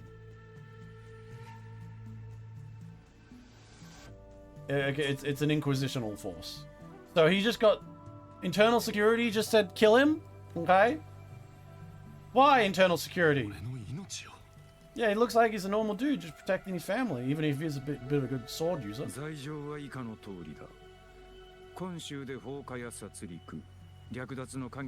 accuse you of colluding with tactic discords and raising corruption. Okay, so it sounds like maybe some corruption? Wait, no. Is it going to be revealed that he was like saying mean things about certain government officials? That'd be kind of funny.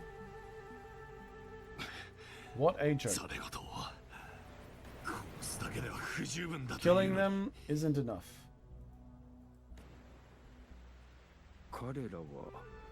You killed these tactic discords, these people owe you their lives. Oh, look, she's so sad and scared. The border is chaos, and all your agency does is lick the boots of corrupt officials. Ooh.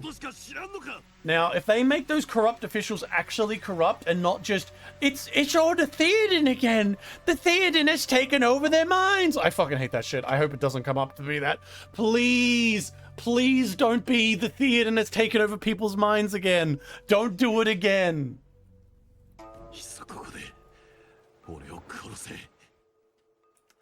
Oh, oh, oh. Is he gonna do it? No, he's not gonna do it because he showed peace, right? And then he got in trouble.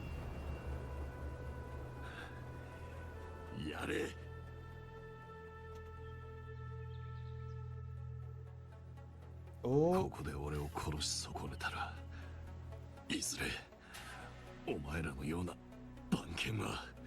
Even if you let me live today, I swear every one of the ISA's dogs, so that's the internal security forces, and every tactic discord, I'll turn this land white with your bones.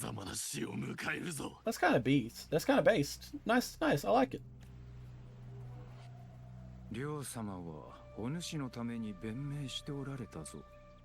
So Liang spoke in his defense. Why are you here? I read your case files and also injured these few days. The censors failed in their duties and deceived us. Ah, corruption!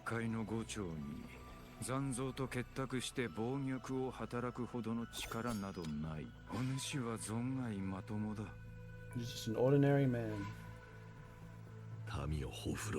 Those things killing our people, I won't let that stand.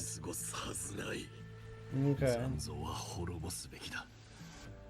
Tactic discords don't get to live no matter the cost. I won't stop until they're all annihilated. That's kind of based. It's kind of based. Going all in.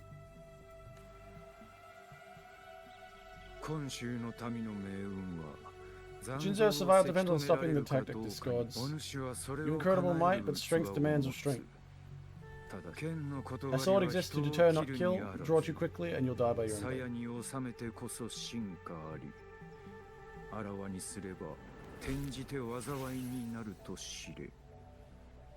I think the kind of point he's trying to probably make here is that, like, essentially he made too many enemies by being so brash in both the government, and then he fucked it up. I would have been more interested if he had, like, said something like, maybe he was, like, making fun of the government or was doing something there. I don't know. I wouldn't expect... Honestly, it'd be a very big shock for me for the Jade Tech Empire in Wuthering Waves to have corruption as a focus. Because usually, as shown, usually Jade Tech Empires in various gacha games, because China makes these games, tends to be an incorruptible pillar that is only really being destroyed from the outside. Some outside force is attacking it, leading to danger and pain and destruction. It's very rare that a real corrupting influence would be shown within the China land, because in the minds of a lot of the designers and players, that's like a...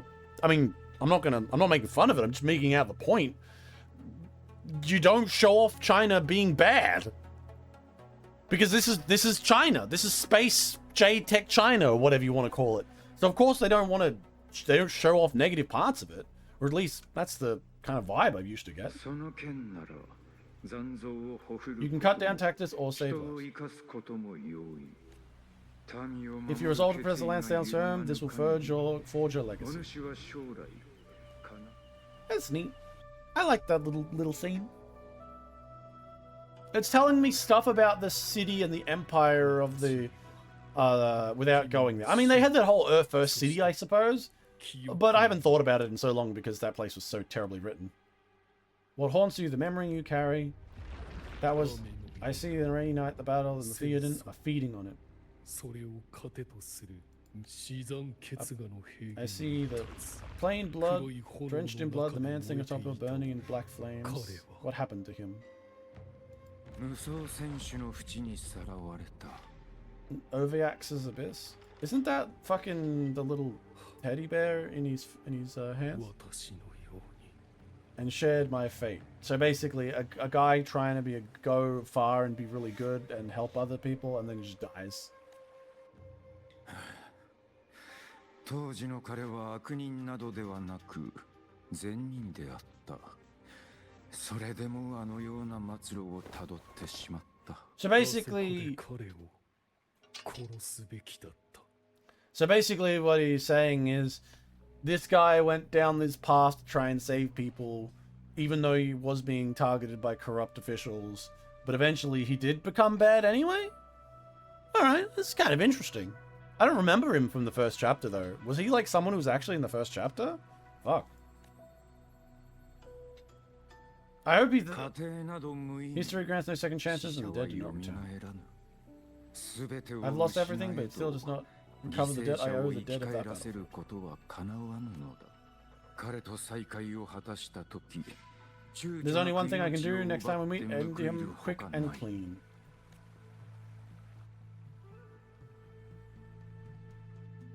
もう一度選択肢を得られると Gift して given the choice, would you come Primus? それでもお主 Of course. There's like, the bitches love a Primus. Did he become a Primus Space Marine? Oh my god, he's a Primus 愚 Marine. 問だ Man. Yeah, of course he said he would. この座を不正 The に usurper, they may deem me, but never shall they deny the fruit of my toil. You'd like... 罪は I know quite well my inequities, and it's clear in the end of my path. So you have to choose anew, I will tread this path once more. これを持っていく Oh, he's giving me the fancy little lamp. Thanks for the lamp.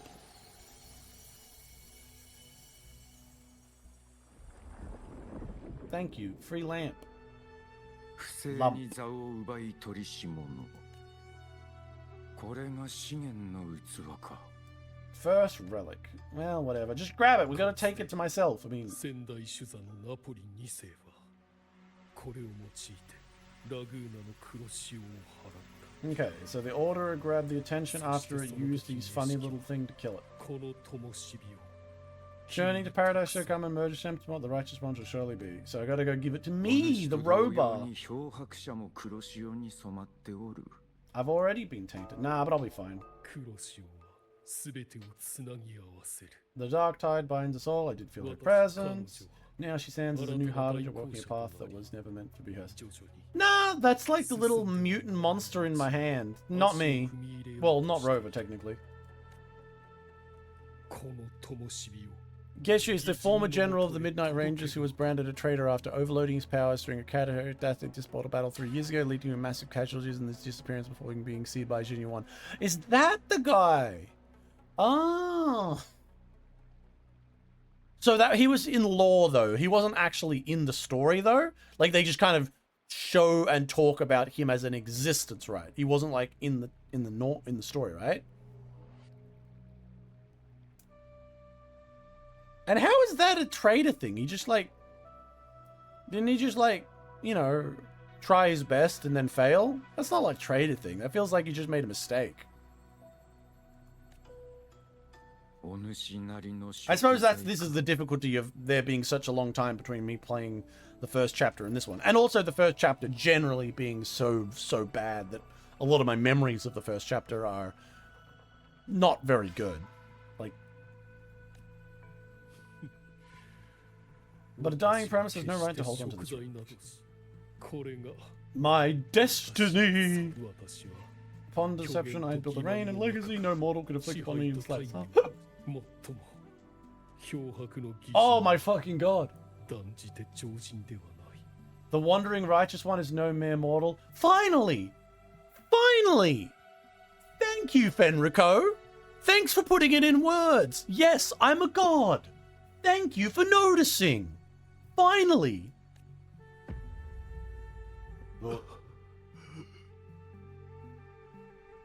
Take this lantern. ランタン Yay! At least someone finally 野 noticed I'm a 心と god. 執念の炎は消えた今、これが最後の灯火となろう。 Okay, I'll take the lantern. I'm gonna leave. See you later, old man. お主は復讐を望むのか。 Do you seek vengeance? この手で直接暴虐に In 始ま violence, った喜び I shall end the を終わら pleasure せ born of violence. What? 名式は容易に殺せぬぞ。 A Theoden is no easy kill? Nah, it's pretty easy. 我が民 Didn't you see the edgelord lady? She did it. そして漂白の義人 My flock, the faithful of the order, and the wandering righteous one, they shall prevail. 必ずやなしと He was branded a traitor because he used a forbidden corruptive method, absorbing tactic gifts or frequencies, that caused a massive explosion of energy, which ultimately killed the vanguard troops he was trying to save and left the surviving army in chaos. So basically, he was a traitor for being incompetent. Huh. I guess, like, this would make the blind man's, like, decision go totally into fucking disrepute because he made the decision to not kill after being ordered to. But really, can you blame him? I really wouldn't blame him for that. It feels like the guy seems like he was just an idiot. Because he's like, oh, I can't win. Well, we're not going to win anyway, but I've got to find some way. So he ultimately tries to save the troop but ends up fucking everyone over with his bad choices. I don't feel like that's traitor action. That's like, I wouldn't call him a traitor. I'd call him an extreme incompetent. You won, we've won the theater. Well, that's pretty impressive.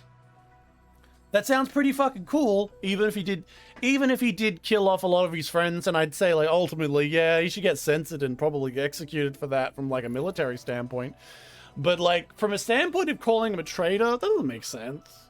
That feels like something you'd layer onto someone just because you felt like it. You know, sometimes you give the term traitor to someone, or at least even in modern era, they give the title of traitor to someone purely on the back of just being like, I didn't like him and I really don't like him, so I'm going to say he was a traitor for what he did, as opposed to just an overeager, incompetent, whose actions put everyone in danger and ultimately was a terrible fucking leader. Even if it was cool as fuck that he can 1v1 a Theoden. たとえ地獄に沈むことになろうとも Even if I fall into hell, the Leviathan shall bear beside me too. So he just wants his vengeance. 私の小 Become my knight, take this and これ go. をしかそうすれば私 I shall fulfill my フェン destiny. リコマクベス Oh my god, Fenric. Oh my god, he was Irish all along. I shall never stand among the greatest supremacists. History shall remember he as Fenrico. Oh my god, he's gonna be remembered and stuff, I guess. Congratulations, old man. They even fumbled some of the characters they could use well. Well, 文の筆は鉄なり history is truth is inscribed in stone. May those come after you render their verdict. 後の者が定めよう Well, probably not. The church is going to be destroyed since the god's dead. He's just going to drink from his weird little cup thing. What are you doing? You're going to throw it at him? What's going on here? 委員会教団のフェンリコ一世より最後の頼み Just as the name enjoyed by Napoleon II, as it is a title Prime Fenrico should have rightfully possessed. However, due to unknown reasons, Fenrico forbade acolytes from throwing him as such until he met his end at the bottom of the sea. In the history of the Order of the Deep, he's only one who bears the only name Fenrico.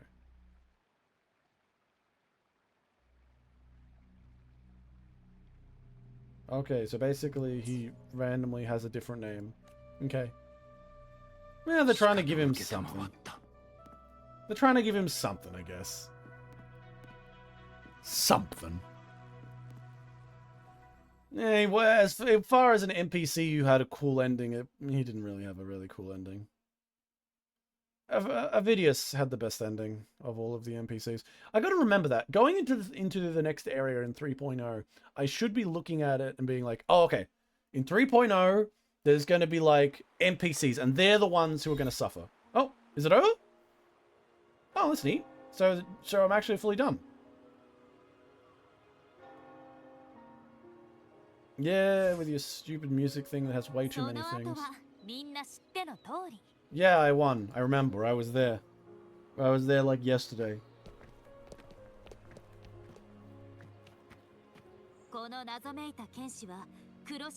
Yeah, I know. You made quick work of Scar. Yep. I know those parts pretty well. I was there.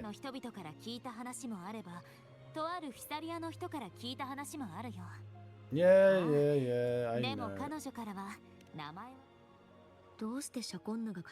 Why did I see things you weren't? Yeah, he was like, why the fuck did I see magical bullshit that you weren't recounting? Wait, I actually did see that? Oh, okay, she's using her magical bullshit to make me see everything.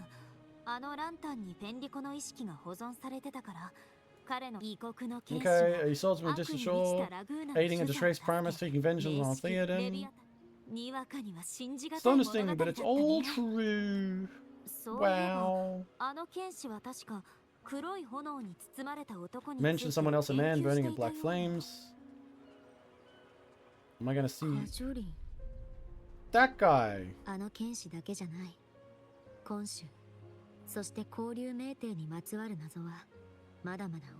There's more buried between Jizo and Minting than I'll ever admit. What do you mean? Why would there be anything buried? They're literally the same empire. Like, okay, unless there's like something I'm missing here, I'm pretty sure that Jinzo, I know that's not how you say it in fucking Chinese, and Minting, there's just like the difference between the frontier city and the capital city. They're literally the same empire, unless there's like some sort of fucking fracture going on there. I didn't get the vibe that they were like having a civil war. And I really don't think that anyone who's depicting a fantasy China from a game that is set and built in China would be allowed to do that.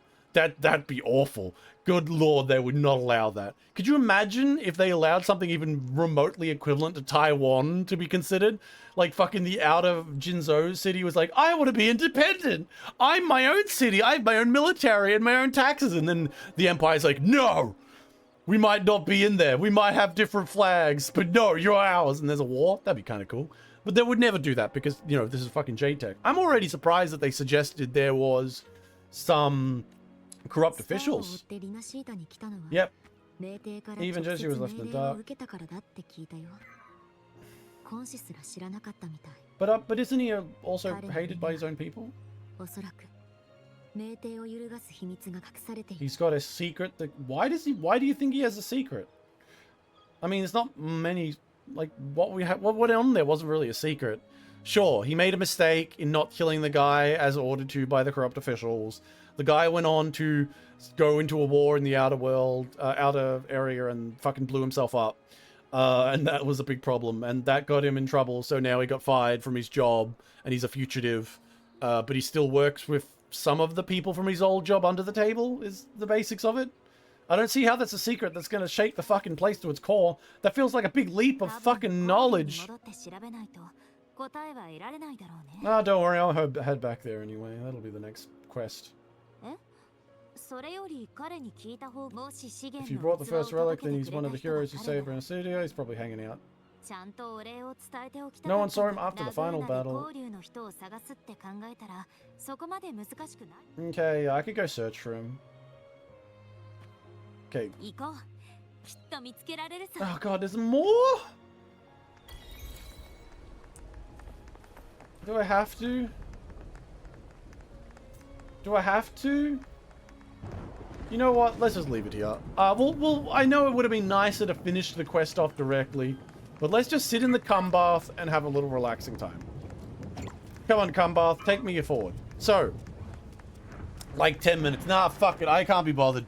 I'm tired and I've got a bunch of shit I have to do. So rather than fuck around with this, I'll just sit in the cum bath for a bit. But we will continue this next week.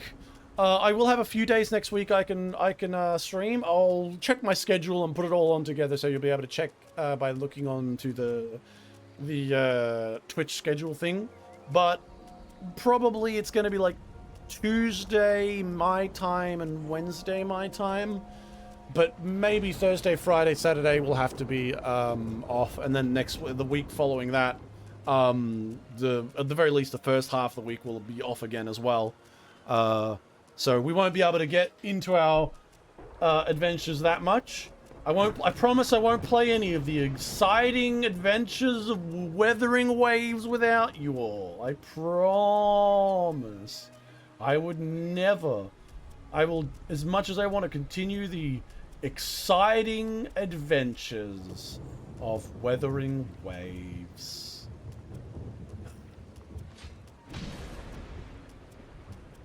Anyway, I will say that the little minor kind of little backstory quest was kind of fun. Again, every time how they mix in with the questing here in 2.0 has been awful, but maybe 3.0 will really show us something better. We can hope. By the way, if this is a taxi service, it's a very fucking bad one.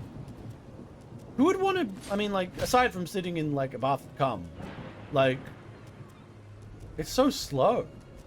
Also, why doesn't the shower give me a gold... You know, the shower should also give me a golden shower. Just fetish buffet. Fetish buffet, please. Where's my buffet of fetishes? But no, thank you for hanging out. Thanks for coming. Thanks for chilling. And I will hope to see you in the next one. Have a good day and a good evening.